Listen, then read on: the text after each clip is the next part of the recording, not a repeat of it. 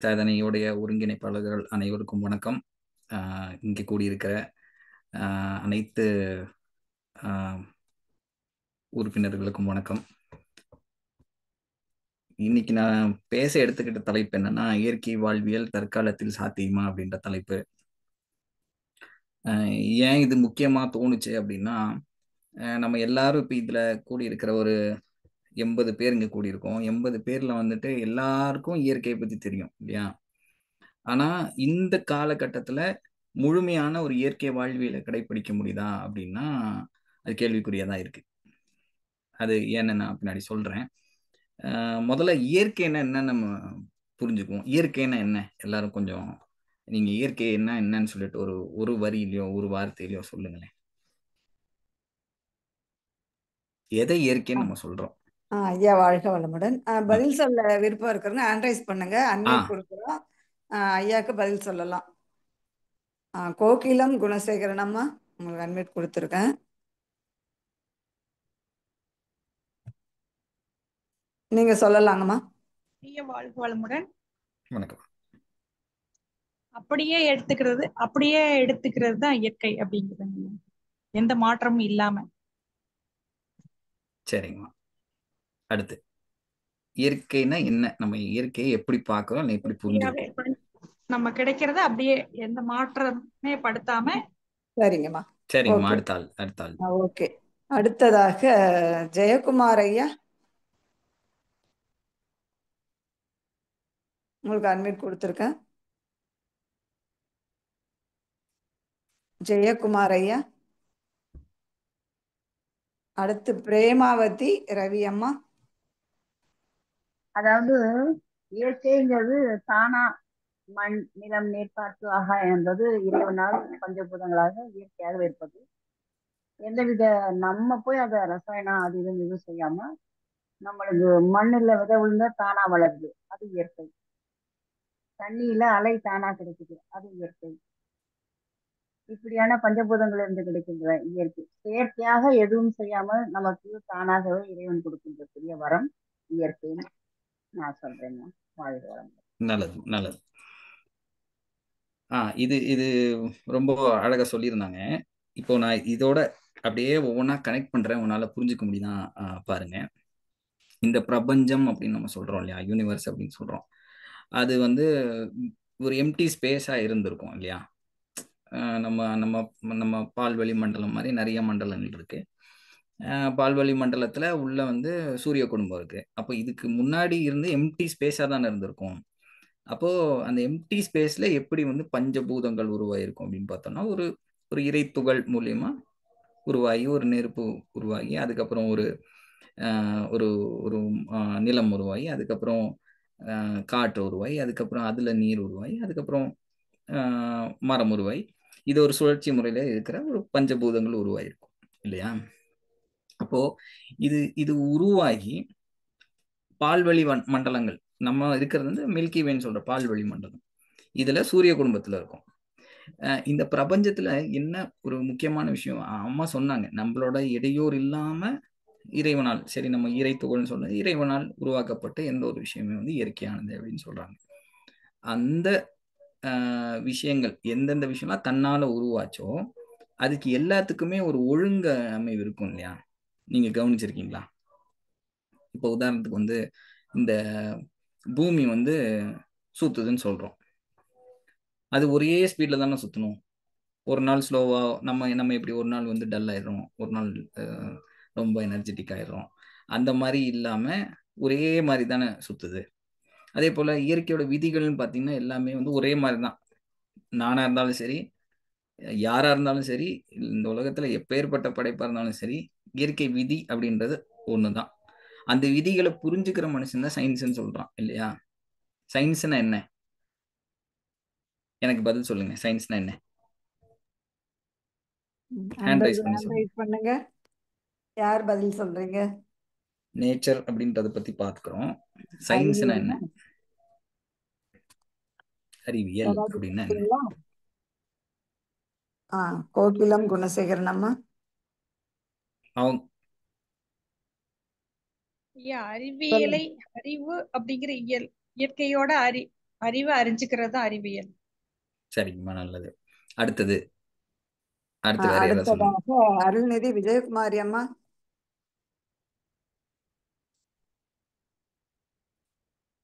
சொல்லுங்கம்மா. மைக் அணுவின் ஓபன். பத்தி அணுவின் பத்தி அறிவை தான் விஞ்ஞானம்னு சொல்லுவாங்க. என்னங்கம்மா, எனக்கு புரியல. அணுவின் பத்தி ஆட்டம்ஸ் பத்தி நாலேஜ் தான் விஞ்ஞானம்னு சொல்லுவாங்க. ஓகே, சரி. அடுத்து இறை கௌசல்யா. இறை கௌசல்யா அம்மா.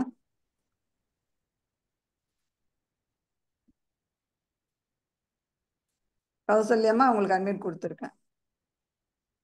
பிரேமாவதி சொல்லுங்கம்மா. பகுத்து அறிவது. பகுத்தறிவுதான். பகுத்து அறிந்து அறிவது அறிவியல். இனி கொஞ்சம் நார்மலா சொல்லுங்கம்மா, எல்லாத்துக்கும் புரியுது. ஒவ்வொரு இதையும் பிரிச்சு பிரிச்சு அணுவுக்குள் அணுவா போற மாதிரி பிரிச்சு பிரிச்சு பிரிச்சு பிரிச்சு பார்த்து கூர்ந்து நோக்கி அறிந்து சொல்றது அறிவியல் நான் நினைக்கிறேன். சரிங்கம்மா, நல்லது. இன்னொருத்தர் சொல்லுங்களேன், அறிவியல்னா என்ன, சயின்ஸ்னா என்ன? பிரேமாவதி ரவி அம்மா. சயின்ஸ்னா இப்ப ஐன்ஸ்டீன் நம்ம லைட்டை கண்டுபிடிச்சாரு. அதை பத்தியான விவரங்களை நம்மளுக்கு எடுத்து சொன்னாரு. அவருதான் உலகமே ஏற்றுக்கொண்டது, அது சயின்ஸ். அத மாதிரி சயின்ஸை பத்தி ஒருத்தவங்க புரிஞ்சு அத உலக மக்களுக்கு விளக்கி சொல்வது சயின்ஸ். இப்ப நம்ம மகரிஷி ஐயா அவர்கள் நிறைய விஷயங்கள் சயின்ஸ்னால தத்துவ ஞானியா அவர் நமக்கு சொல்ல போய் சூழ்ந்தெழுத்தும் ஆற்றல் அந்த ஒரு வரியில எத்தனை விஷயங்கள் அவங்க சொல்றாங்க, நம்ம புரியுற மாதிரியும் சொல்றாங்க. உலக மக்கள் அதை ஏற்றுக்கொண்டாங்க. இந்த மாதிரி இருக்கிறது தான் சயின்ஸ் நான் நினைக்கிறேங்க. சரிங்கம்மா, ஒவ்வொருத்தரும் ஒவ்வொரு கோணத்துல சொன்னீங்க. நான் எப்படி சயின்ஸை புரிஞ்சிருக்கேன்னா, அதாவது எல்லாமே இந்த உலகத்துல இருக்கு. ஒரு ஒரு ஒளியா இருக்கட்டும், ஒளியா இருக்கட்டும், இல்லை ஒரு ஒரு புவி ஈர்ப்பு சக்தியா இருக்கட்டும், பிசிக்ஸ், இது மொத்தமா நான் உங்களோட புரிதலுக்காக மட்டும் சொல்றேன். எல்லாமே அங்க இருக்கு, ஆல்ரெடி இருக்கு. ஆனா நம்ம நம்ம அது என்னன்னு புரிஞ்சுக்கிறதுக்காக போய் படிச்சு படிச்சு படிச்சு படிச்சு படிச்சு ஒண்ணு வச்சிருக்கோம் இல்லையா, அது சயின்ஸ்ன்னு சொல்றோம். இன்னொரு விஷயம் என்னன்னா, சயின்ஸ்ல ஒரு விஷயம் இதுதான் அப்படின்னு சொல்லி ப்ரூவ் பண்ணியிருப்பாங்க, இப்படிதான் இருக்கும் அப்படின்னு சொல்லிட்டு. ஆனா அது பின்னாடி வந்தவங்க பாத்தீங்கன்னா அதை இல்ல இது கிடையாது அப்படின்னு டிஸ்ப்ரூவ் பண்ணியிருப்பாங்க. எப்படி சொல்றேன்னா, முதல்ல உலகம் தட்டையா இருந்துச்சுன்னு தான் கண்டுபிடிச்சிருந்தாங்க, சொல்லிட்டு இருந்தாங்களே.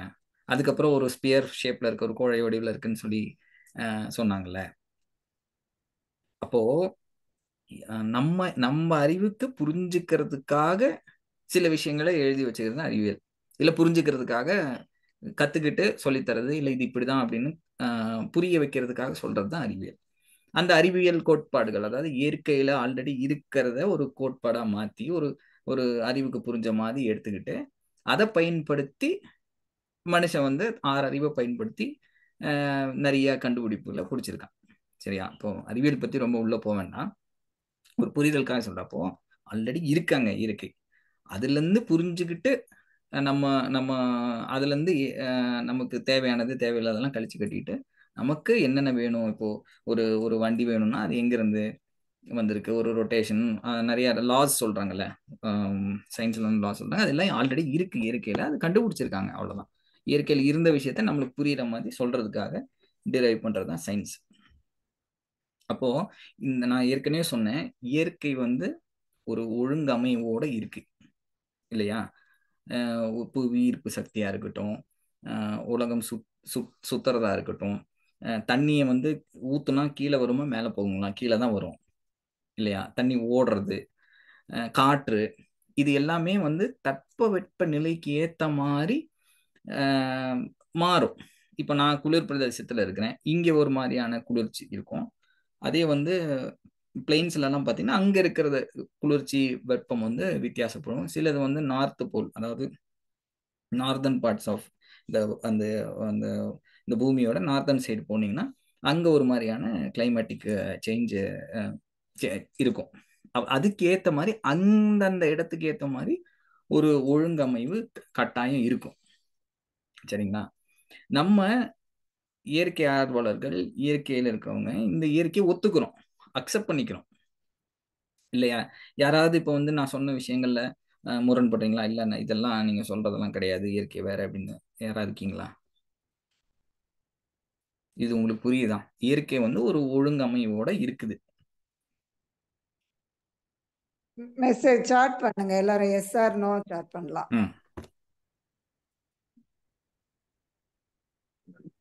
ஒத்துக்கிறோங்க ஐயா. அப்போ எஸ், ஓகே. நான் ஏன் அடிக்கடி கேட்டுக்கிறேன்னா, சில பேருக்கு சில குழப்பங்கள் வரலாம், அவங்களுக்கு வந்து கிளாரிஃபை பண்ணிட்டு நம்ம அடுத்த ஸ்டெப்புக்கு போகலாம். அப்போ இயற்கை அப்படின்றது ஒரு ஒழுங்கு அமைவோட இருக்கு. சரி, இந்த கேள்வி நான் கேட்கும் போது உங்களுக்கு ஆமால இது கேட்காம விட்டோன்னு சொல்லக்கூடாது. அழிவு ஏற்படுது இல்ல, நிறைய இடங்கள்ல அழிவு ஏற்படுது இல்ல, அப்ப எப்படிங்க எத்தனை பேர் செத்து போறாங்க? ஒரு பூகம்பம் வந்து எத்தனை பேர் பிரச்சனைக்குள்ளாகிறாங்க? ஒரு பெரிய மழை கனமழை பெஞ்சதுன்னா பிரச்சனைக்குள்ளாகிறாங்க. அப்புறம் வந்து வேற என்ன, காத்து, பலத்த காத்து வீசுது, சுனாமி வந்துச்சு, இதெல்லாம் இருக்குல்ல. அப்ப இதுக்கு இது இது வந்து இயற்கைன்னா நம்ம சொல்றோம் ஒழுங்கா இருக்கு, கரெக்டா இருக்கு, அதெல்லாம் எந்த பிரச்சனையும் இல்லைன்னு சொல்றோம். ஆனா இந்த அழிவுகள்லாம் எப்படி பாக்குறீங்க நீங்க? ஒருத்தர் மட்டும் மனிதன் பண்ற தவறுகளாலதான் அந்த இயற்கை வந்து அந்த துன்பத்தை கொடுக்குது. இயற்கை சரியாதான் இருக்குது. இப்போ நம்ம இயற்கையை மீறிய செயல்களை மனிதன் செய்யும் போதுதான் அது அந்த மாதிரி கொடுக்குதுங்க. அப்படியா? இயற்கை அப்போ நீங்க சொல்றத பார்த்தா மனுஷன் செய்த தவறுனாலதான் இங்க வந்து ஆமா, நீங்க லைன்ல இருங்க, நான் உங்ககிட்ட கேட்கிறேன், உங்களுக்கு கிளாரிஃபை பண்ண. அதாவது மனுஷன் செஞ்ச தவறுனாலதான் இயற்கை வந்து இப்படி எல்லாம் அழிவுகளை கொடுக்குதுன்னு சொல்றீங்க. இந்த பூமி உருவாகிறதுக்கு முன்னாடி இல்ல உருவான பின்னாடி எத்தனை அழிவுகள் வந்திருக்கு தெரியுமா? மனுஷன் இல்லாத காலத்துல வந்திருக்கு. டைனாசர்னு ஒரு இனம் அழிஞ்சிருக்கு இல்லையா? இப்ப மனிதன் வர்றதுக்கு முன்னாடி நிறைய அழிவுகள் வந்து வந்து வந்து வந்துதான் இப்போ ஒரு ஃபார்ம்ல இருக்கும். சரிங்களா? அப்போ இந்த சமநிலையை மேம்படுத்துறது, சமநிலையா வச்சுக்கிறது தான் இந்த இயற்கையோட வேலை. அப்படி இந்த பூமியில சூரியன் எத்தனை மில்லியன் வருஷமா எரிஞ்சிட்டு இருக்குதுன்னு சொல்றாங்க இல்லையா? இந்த பூமி உருவாகி எத்தனை மில்லியன் வருஷங்கள்னு சொல்றோம். நம்ம இப்பதான் நம்ம ஒரு 100 வருஷத்துல தான் இருக்கிறோம். நமக்கு முன்னாடி நடந்த வரலாறு ஒரு 8000 வருஷம், அதிகபட்சம் ஒரு 10,000 வருஷத்துக்கு முன்னாடி தான் கண்டுபிடிக்க முடியுது. மனிதன் வாழ்ந்தது இன்னும் கொஞ்சம் முன்னாடி இருந்த கால சுவடுகள், அந்த சுவடுகளை வச்சு சொல்றாங்க இல்லையா? ஆனா இந்த இந்த பிரபஞ்சம் உருவாகி எத்தனையோ மில்லியன் வருஷம் ஆச்சு, பால்வெளி மண்டலம் உருவாகி எத்தனையோ மில்லியன் வருஷங்கள் ஆச்சு, சூரிய குடும்பம் உருவாகி எத்தனையோ மில்லியன் வருஷம் ஆச்சு, இந்த பூமி உருவாகி எத்தனையோ மில்லியன் வருஷம் ஆச்சு. அப்போ இது இது இது எல்லாமே வந்து இயற்கை வந்து ஒரு ஃபார்முக்கு கொண்டு வர்றதுக்காக தன்னை சமநிலைப்படுத்திக்கிறதுக்கு சில அழிவுகளை கொண்டு வரும். இப்போ நம்ம ஒரு அட்மாஸ்பியர்னு சொல்றோம் இல்லையா? நம்மளை சுத்தி ஒரு கவசம்னு சொல்லலாமா? உயிர் வாழக்கூடிய சூழல் இருக்கக்கூடிய அட்மாஸ்பியர் அப்படின்னு சொல்றோம். அந்த ஒரு சூழல் உருவாகி இங்க வந்து சின்ன ஒரு ஒரு ஒரு ஒரு அணுவா இருந்த ஒரு புழுவா இருந்து இன்னைக்கு வந்து பரிணாம வளர்ச்சியில வந்து நம்ம ஹையஸ்டா இருக்கிறோம், உயர்ந்த நிலையில மனுஷன் அப்படின்னு சொல்றோம். ஆனா இங்க அது மட்டும்தான் இருக்குமா? மனுஷங்க மட்டும்தான் இருக்குமா? பார்க்க போனா மனுஷங்க மட்டும்தான் இந்த உலகத்தை என்னமோ கண்டுபிடிச்சு தானே செதுக்கி உருவாக்குன மாதிரி ஒரு ஒரு தலகணத்தோட இந்த பூமியை வந்து அடிச்சிட்டு இருக்கோம்னு வச்சுங்களேன். ஆனா இந்த உலகத்துல எவ்வளோ விதமான புழு, பூச்சி, மீன், பறவை, மிருகங்கள், இதெல்லாம் இன்னும் கண்டுபிடிச்சுக்கிட்டே தானே இருக்கிறாங்க. எண்டு கிடையாதுல. மனுஷன் இன்னுமே வந்து காட்டுக்குள்ள போனா இது ஒரு அரிய வகை புதுசா கண்டுபிடிச்ச ஒரு உயிரினம், இது ஒரு அரிய வகை பூச்சி, இது வந்து கடல்ல இருக்கிற ஒரு மீன், இது வந்து எத்தனையோ மில்லியன் வருஷங்களுக்கு முன்னாடி இருந்தது, இப்போ கண்டுபிடிச்சிருக்காங்கலாம் சொல்றாங்கல்ல. அப்போ உயிர்கள் வந்துட்டு நம்ம மட்டும் இல்லை, எல்லாத்துக்கும் பொதுவானது. அந்த மாதிரி அந்த சமநிலையை மெயின்டைன் பண்றதுக்காக இந்த இந்த இந்த இயற்கை வந்துட்டு சில விஷயங்களை உருவாக்கி வச்சிருக்கு இல்லையா? உயிரினங்களை உருவாக்கி வச்சிருக்கு. மனுஷனை தவிர, நான் மனுஷனை விட்டுருங்க, டாபிக்லே வேண்டாம். இது மனுஷன் சொல்றதுக்கு நம்மள மிருகம்னு பேர் வச்சுட்டு மற்ற மிருகங்களும் மனுஷன் பேர் வச்சிருக்கலாம். ஏன்னா இந்த உலகத்தை அழிக்க முடியாத அளவுக்கு அழிச்சாச்சு. இனிமேல் அப்படியே உலகத்தை அழிக்க வேண்டியதெல்லாம் நிப்பாட்டிருங்க, உலகம் மீண்டுன்னு நினைச்சா கூட முடியாது, அந்த அளவுக்கு அழிச்சிட்டான்.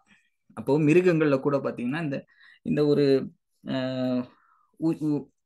ஈக்கோலாஜிக்கல் பேலன்ஸ்ன்னு சொல்லுவாங்கல்ல, அதுக்கு என்ன சொல்லுவாங்க, சுற்றுச்சூழல் சமநிலை அப்படின்னு சொல்லுவாங்க. அப்போ இப்போ ஒரு மிருகம் இருக்குன்னா அந்த மிருகத்தை இன்னொரு மிருகம் சாப்பிட்றது, அந்த மிருகம் வந்து செத்து போனதுக்கு அப்புறம் ஒரு புழு பூச்சி உருவாகி அதை சாப்பிட்டு மண்ணோட மண் ஆக்குறது இல்லையா. பூமிக்குள்ள நிறைய பூச்சி வகைகள் இருக்கு, மரம் செடி கொடியெல்லாம் இருக்கு. மரங்கள், உயர்ந்த மரங்களுக்கு கீழே வந்து குட்டையான மரங்கள், அது கீழே வந்து புஷஸ் எல்லாம் இருக்கு. ஸோ அது கீழே புல் இருக்கும், அதுக்கடியில் கிழங்கு இருக்கும். ஸோ இந்த மாதிரி இந்த இயற்கை வந்து எப்படி இருக்குன்னா, தன்னை சமநிலைப்படுத்திக்கிறதுக்காக நார்மலான வேலைகள் தன்னை உருவாக்கி இயங்குறதுக்காக சமநிலையா சில விஷயங்கள் பண்ணி வச்சிருக்கும். சில விஷயங்கள் நான் சொல்ற மாதிரி புழு பூச்சியில் ஆரம்பிச்சு பறவைகள்லேருந்து மிருகங்கள்லேருந்து இப்போ மீன்கள் எல்லாம் இல்லைன்னா கடல் நீர் வந்து நல்லா இருக்கும்னு நினைக்கிறீங்களா? இல்லை, நீரே இருக்காது. அப்போ அதை சாப்பிட்றதுக்கு ஒரு மீன் வரும், அது சாப்பிட்றதுக்கு ஒரு மிருகம், அது செத்து அழிஞ்சு அதுக்கப்புறம் செடிமெண்ட் ஆகும். அதுக்கப்புறம் கீழே பார்த்தீங்கன்னா இன்னும் ஆழ்கடல் கீழே பார்த்தீங்கன்னா நிறைய மினரல்ஸ் இருக்குன்னு சொல்றாங்க இல்லையா. ஸோ இதெல்லாம் செத்து மடிஞ்சு அதுக்கப்புறம் கீழே உள்ளுக்குள்ள ஒரு ஒரு ஒரு எர்த்குவேக் ஆகி இதெல்லாம் ஆனதுக்கு அப்புறம் உலகம் வந்துட்டு தனக்கு இப்போ என்ன தேவையோ அதுக்கு சமநிலையா வச்சுக்கும் சில விஷயங்களை. அப்படி வச்சிருக்கிறது தான் இப்போ மனுஷங்கன்ற ஒரு என்ன சொல்றது, அது மேன்மையான விஷயம். மனிதர்கள் இந்த இயற்கையை உருவாக்குனது. ஆனா அறிவியல் மனுஷன் தன்னோட ஆதிக்கத்தினால தன்னோட பேராசைனால இன்னைக்கு வந்து இயற்கையை அழிவு நிலைக்கு கொண்டு போய் விட்டுருக்கான். அப்போ இயற்கை வந்து தன்னை உருவாக்கிக்கும் இல்லைங்களா. இது புரிஞ்சிருச்சு.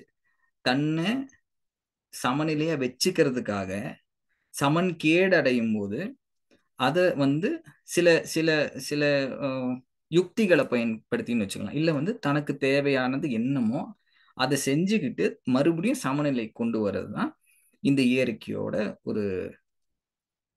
ஒரு கோட்பாடுன்னு வச்சுக்கலாம். இல்லை வந்து இயற்கையோட ஒரு பக்குவமான ஒரு விஷயம். இறைவன் கண்டுபிடிச்ச ஒரு இயற்கைக்கு பக்குவம் அப்படின்னா இதுதான். தன்னை எப்போ பார்த்தாலும் சமநிலையா வச்சுக்கிறது, சமன் கேடு அடையும் போது தன்னை வந்து சரி செஞ்சுக்கிறதுக்கு சில விஷயங்களை செய்யும். அதைத்தான் நம்ம அந்த சரி செய்யற விஷயத்தை தான் நம்ம என்னன்னு சொல்றோம், அழிவுன்னு சொல்றோம், இல்லைன்னா பேரிடர் அப்படின்னு சொல்லிக்கிறோம் இல்லையா. அப்போ ஒன்று இயற்கையை கெடுக்கிறது நம்ம, அப்போ சமன் கேடு அடையுது. அதுக்கப்புறம் பார்த்தீங்கன்னா அதை சமநிலைப்படுத்திக்கிறதுக்காக சில விஷயங்கள், ஒரு ஆட்டத்தை கொடுத்துருது, ஒரு மண் சரிவு கொடுத்துருது, இல்லைன்னா கனமழையை கொடுத்துருது. இதெல்லாம் பண்ணதுக்கு அப்புறமா அங்கே பார்த்தீங்கன்னா உயிர்கள் வாழும், உயிர்கள் பிறக்குங்க, திரும்ப அங்கே இருக்கிற உயிரினங்கள் திரும்ப வரும், திரும்ப இருக்கிற செடி கொடிகள் எல்லாமே அங்கே வந்துடும். கவனிச்சிங்கன்னா தெரியும்.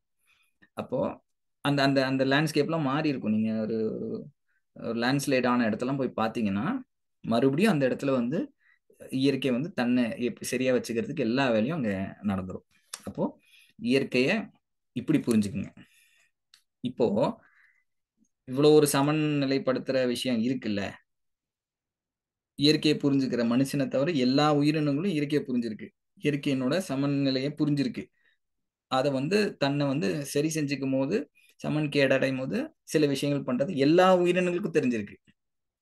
உதாரணம் சொல்றேன், இந்த சுனாமி வரும்போது அங்க இருக்கிற பறவைகள், அதுக்கு முன்னாடி வந்து பறவைகள்லாம் வந்து கண்டம் விட்டு கண்டம் தாண்டிச்சு, அந்த இடத்த விட்டு வந்துருச்சுன்னு சொல்லுவாங்க. நிலநடுக்கம் வரும்போது நாய்க்கு தெரிஞ்சிரும்னு சொல்லுவாங்க, ஆனா மனுஷனுக்கு தெரியாது. 5 அறிவு இருக்கிற நாய்க்கு தெரிஞ்சிருமா, நமக்கு தெரியல. ஆனா நம்ம முன்னோர்கள் வந்து இதெல்லாம் தெரிஞ்சு வச்சிருந்தாங்க. சரிங்களா.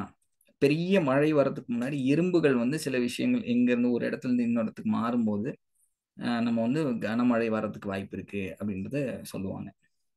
சரிங்களா. அப்போ இந்த மாதிரி மிருகங்கள் ஒரு இடத்த விட்டு ஒரு இடம் ஏன் போச்சு அப்படின்னா, போகுது அப்படின்னா அதுக்கு தெரிஞ்சிருக்கு இந்த இடத்துல இயற்கை வந்து தன்னை சமநிலைப்படுத்திக்கிறதுக்காக ஏதோ ஒன்று பண்ண போகுது, அதனால நம்ம வந்து இங்க இருக்க வேண்டாம்னு சொல்லிட்டு.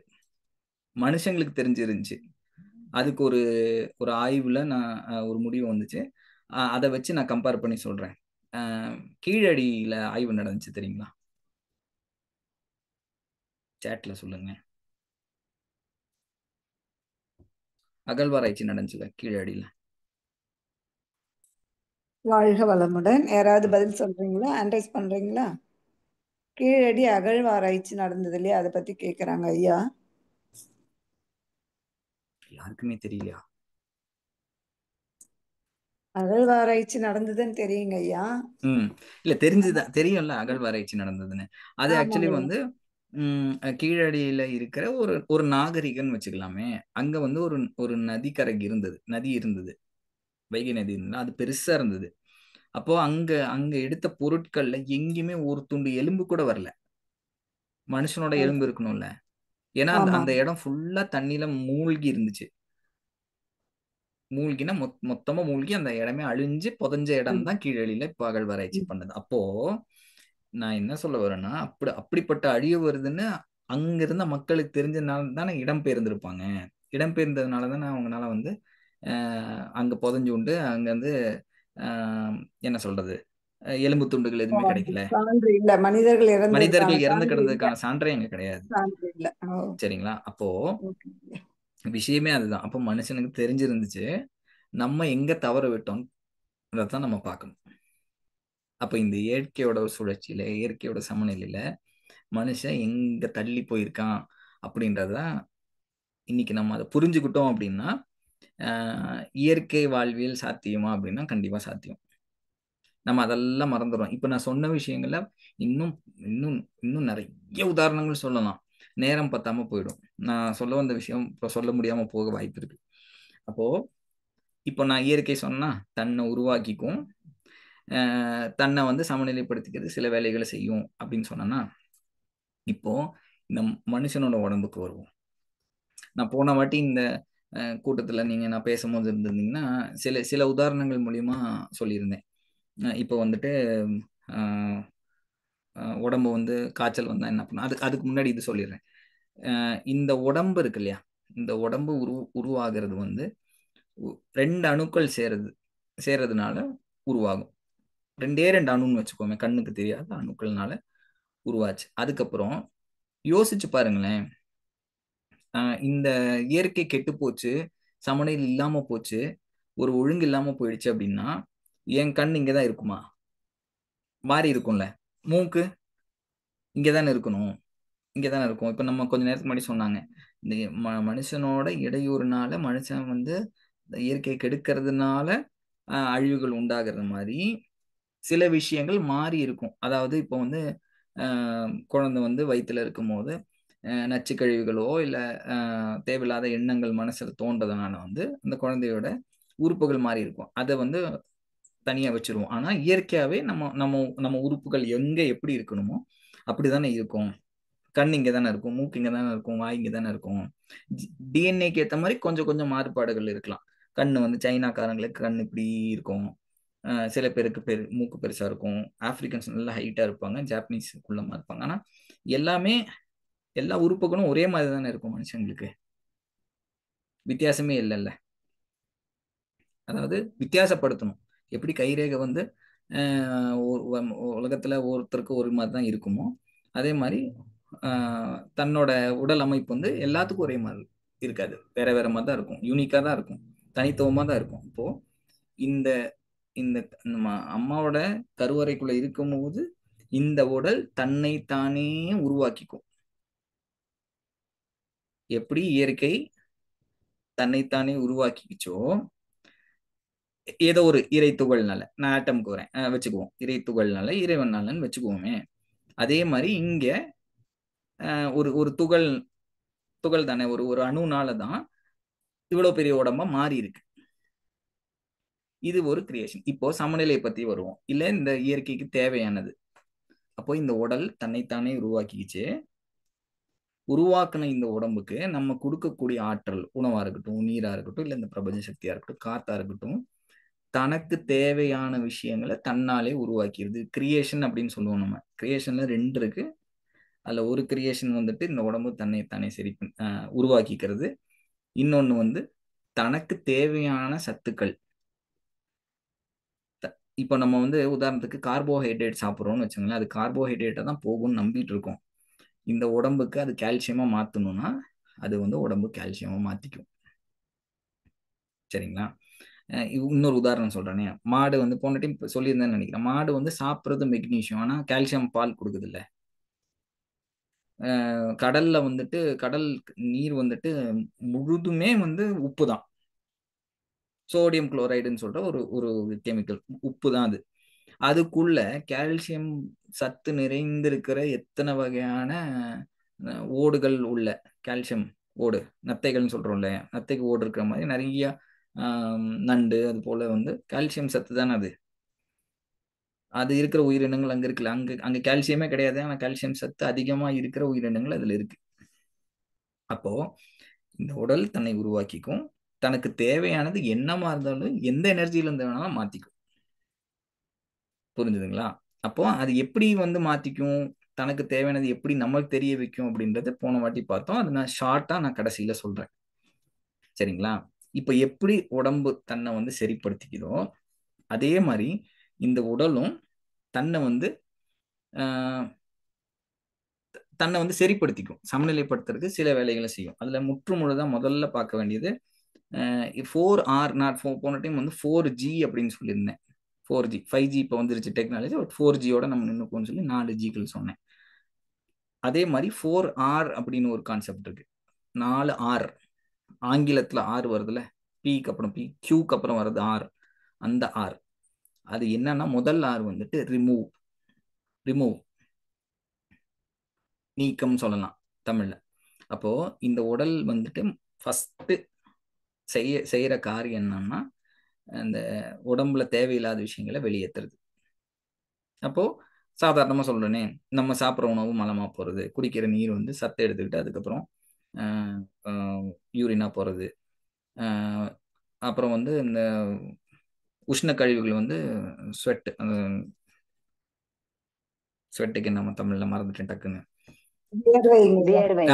வேர்வை மூலியமா வெளியேற்றுறது. இந்த மாதிரி உடலுக்கு தேவையில்லாத விஷயங்களை இல்லைன்னா தினமும் நம்ம உட்கொள்ற விஷயத்துல இருந்து அதுக்கு தேவையான சத்துக்களை எடுத்துக்கிட்டு தேவையில்லாம வெளியேற்றுறது ரிமூவல் ப்ராசஸ்.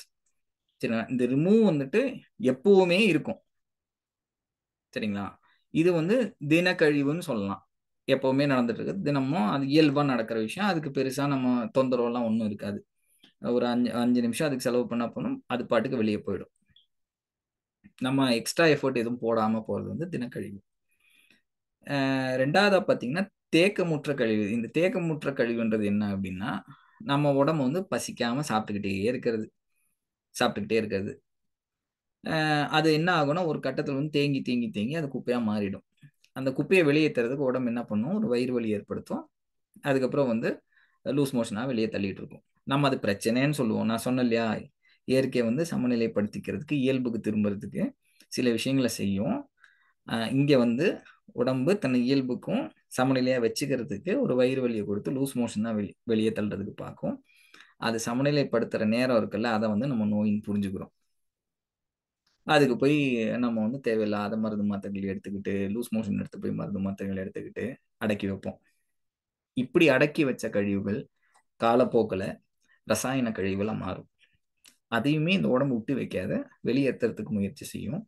ஆனா அப்பயும் நம்ம என்ன பண்ணுவோம்னா, இந்த இயற்கையோட புரிதல் இல்லாம மறுபடியும் அந்த அந்த கடுமையான வயிறு வலி, இது உதாரணம் மட்டும் சொல்றேன், இந்த வயிறு வலி லூஸ் மோஷன் உதாரணத்துக்கு சொல்றேன்.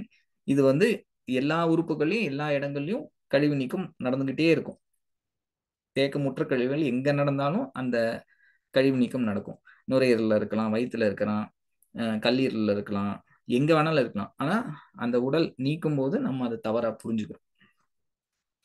அப்போ தேக்கி வச்ச கழிவு இன்னும் கூடுதலா தேங்க அதை சப்ரஸ் பண்ண, அதை வெளியே போகாம விடுறதுக்கு நம்ம ரசாயன மருந்துகளை எடுத்துக்கிட்டு இன்னும் அதை ரசாயன கழிவா மாத்துறது தான் இங்க பிரச்சனை. அப்போ அந்த நேரத்துல இந்த உடல் இந்த ரிமூவல் அப்படின்ற ப்ராசஸ் வந்து நடத்திக்கிட்டே இருக்கும்.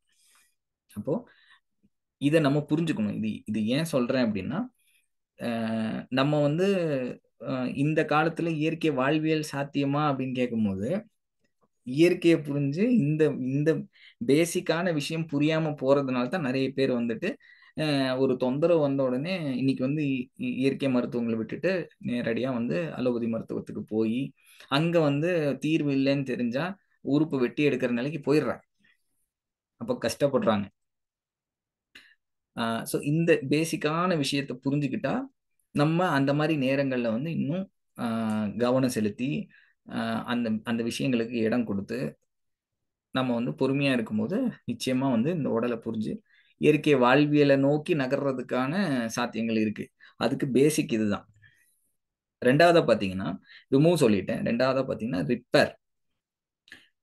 ஆக்சுவலி ரிமூவ்க்கே பேசணும் 1 மணி நேரம் பேசலாம்.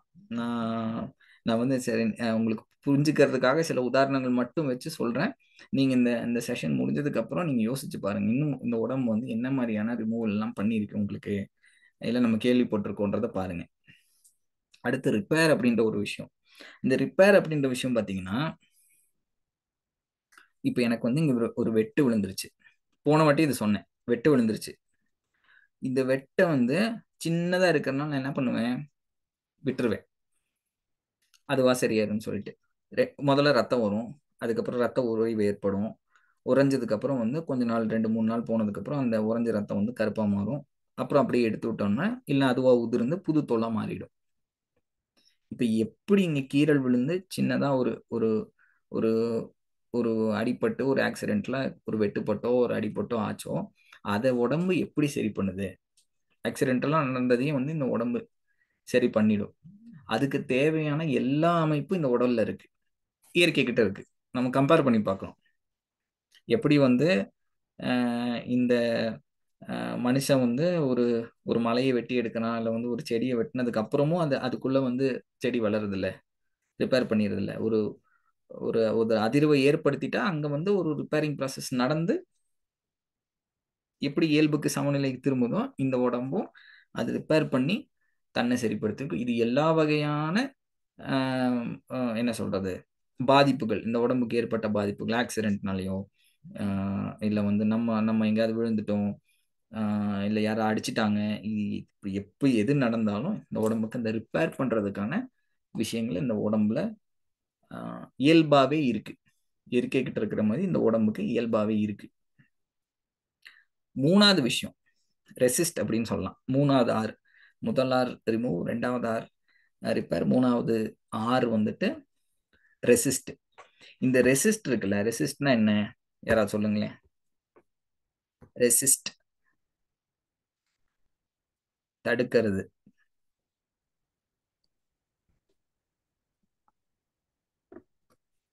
ஐயா வாழ்க வளமுடன். என்ன வார்த்தைங்க ஐயா? ரெசிஸ்ட்மா, RESIST. யாரோ ஐயா உள்ள வரவிடாமல் அனுமதிக்காமல் தடைன்னு விடுறது. போட்டிருக்காங்க ஐயா, என்னங்கம்மா? தடைன்னு மெசேஜ் போட்டிருக்காங்க. தடை, ப்ரிவென்ட். ஒருத்தங்க ப்ரிவென்ட்னு போட்டிருக்காங்க, ஒருத்தர் தடைன்னு போட்டிருக்காங்க. வேற எந்த ரெசிஸ்ட்? எதிர்க்கிறது ஐயா. வாழ்க வளமுடன். சூப்பர், எதிர்ப்பு சக்தியான செம. இதுதான் சரியான வார்த்தை. எல்லாம் ப்ரிவென்ட்ன்றது ஆங்கில வார்த்தைன்னா எதிர்க்கிறது. அப்போ இந்த எதிர்ப்பு தன்மை அப்படின்றது இந்த இயற்கை கிட்டையும் இருக்கு, நம்ம கிட்டையும் இருக்கு. நம்ம கிட்ட எப்படி இருக்கும் அப்படின்னா, ஒரு சின்ன ஒரு கிருமி உள்ள போயிடுச்சுன்னு வச்சுங்களேன், உடனே அந்த உடம்பு என்ன பண்ணும் அப்படின்னா, அது அது எங்க போச்சோ அந்த கிருமி அந்த இடத்துல வந்து ஒரு ஒரு நான் சொன்னேன் இல்லையா, அந்த சமன் கேடு அடையும் போது ஒரு ஒரு புதுசா ஒரு ஃபாரின் பாடி உள்ள வந்துருச்சுன்னு ஒன்று ஆன்டிபாடிஸ்ன்னு ஒன்று கிரியேட் ஆகும்.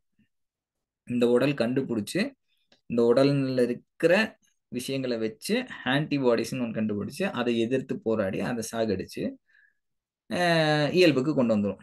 இது நடக்கிற நேரத்துல தான் நம்ம வந்து ஓய்வுல வைக்கணும் இல்லையா, ஓய்வுல வைக்கணும். இந்த விஷயங்கள் எக்ஸ்ட்ராவா எனர்ஜியை கொடுக்கணும் இல்லையா இந்த இந்த உடம்பு. அப்போ ஒரு ஒரு கிருமி வந்துருச்சு, அந்த கிருமி உள்ளுக்குள்ள ரத்தத்துல கலந்துருச்சு அப்படின்னா அந்த ரத்தத்துல கலந்த கிருமியை வெடி எடுக்கிறதுக்கு உஷ்ணமான சில விஷயங்களை அங்க அங்க பயன்படுத்தணும், உஷ்ணத்தை பயன்படுத்தணும். அப்போ காய்ச்சல்னு ஒன்று வருது. அப்போ இந்த காய்ச்சலை வந்து நம்ம வந்து தவறா புரிஞ்சுக்கிறோம். உடனே மாத்திரை போடணும், இல்லை நான் வந்து ஏதாவது ஒரு கஷாயம் எடுத்துக்கணும் அப்படின்லாம் நம்ம நினைச்சுக்கிட்டு ஏதோ ஒரு இடையூறு பண்றதுக்கு நம்ம ரெடியா இருப்போம் இல்லையா. அது பண்ணாம இருந்தாலே இந்த உடம்பு அந்த கிருமியோ ஒரு ஃபாரின் பாடி எது உள்ள வந்தாலும், இதுக்கு உதாரணமே இன்னைக்கு சொன்னேன், ஒரு ஒரு தூசி உள்ள போயிடுச்சுன்னு வச்சுக்கோங்களேன், கண்ணுக்குள்ள போயிடுச்சு, என்ன வரும்? கண்ணீர் வரும். கண்ணீர் வந்தா நான் அன்னைக்கே கேட்டேன், நம்மளால கண்ணீர் வர வைக்க முடியாது, ஆனா தேவையானப்போ கண்ணீர் வரும்னு சொன்னோம் இல்லையா? அப்போ கண்ணீர் வந்து எப்போ வரும்? கண்ணுக்குள்ள தூசி போயிடுச்சுன்னா, அது ஒரு கைண்ட் ஆஃப் ரெசிஸ்ட். மூக்குக்குள்ள தூசி போயிடுச்சு, தும்மல் அப்படின்னு ஒண்ணு வருது இல்ல, அப்ப அந்த தும்மல் அப்படின்றது இந்த உடம்பு செய்யற ஒரு யுக்தி. அதுதான் இந்த இந்த சமன் கேடு அடையுது. ஏதோ ஒரு தேவையில்லாத பொருள் உள்ள போது அது உள்ள போகாம இருக்கிறதுக்கு, வெளியே தர்றதுக்கு தும்மல் வரும். தொண்டையில போயிடுச்சுன்னா இரும்பல் வரும்.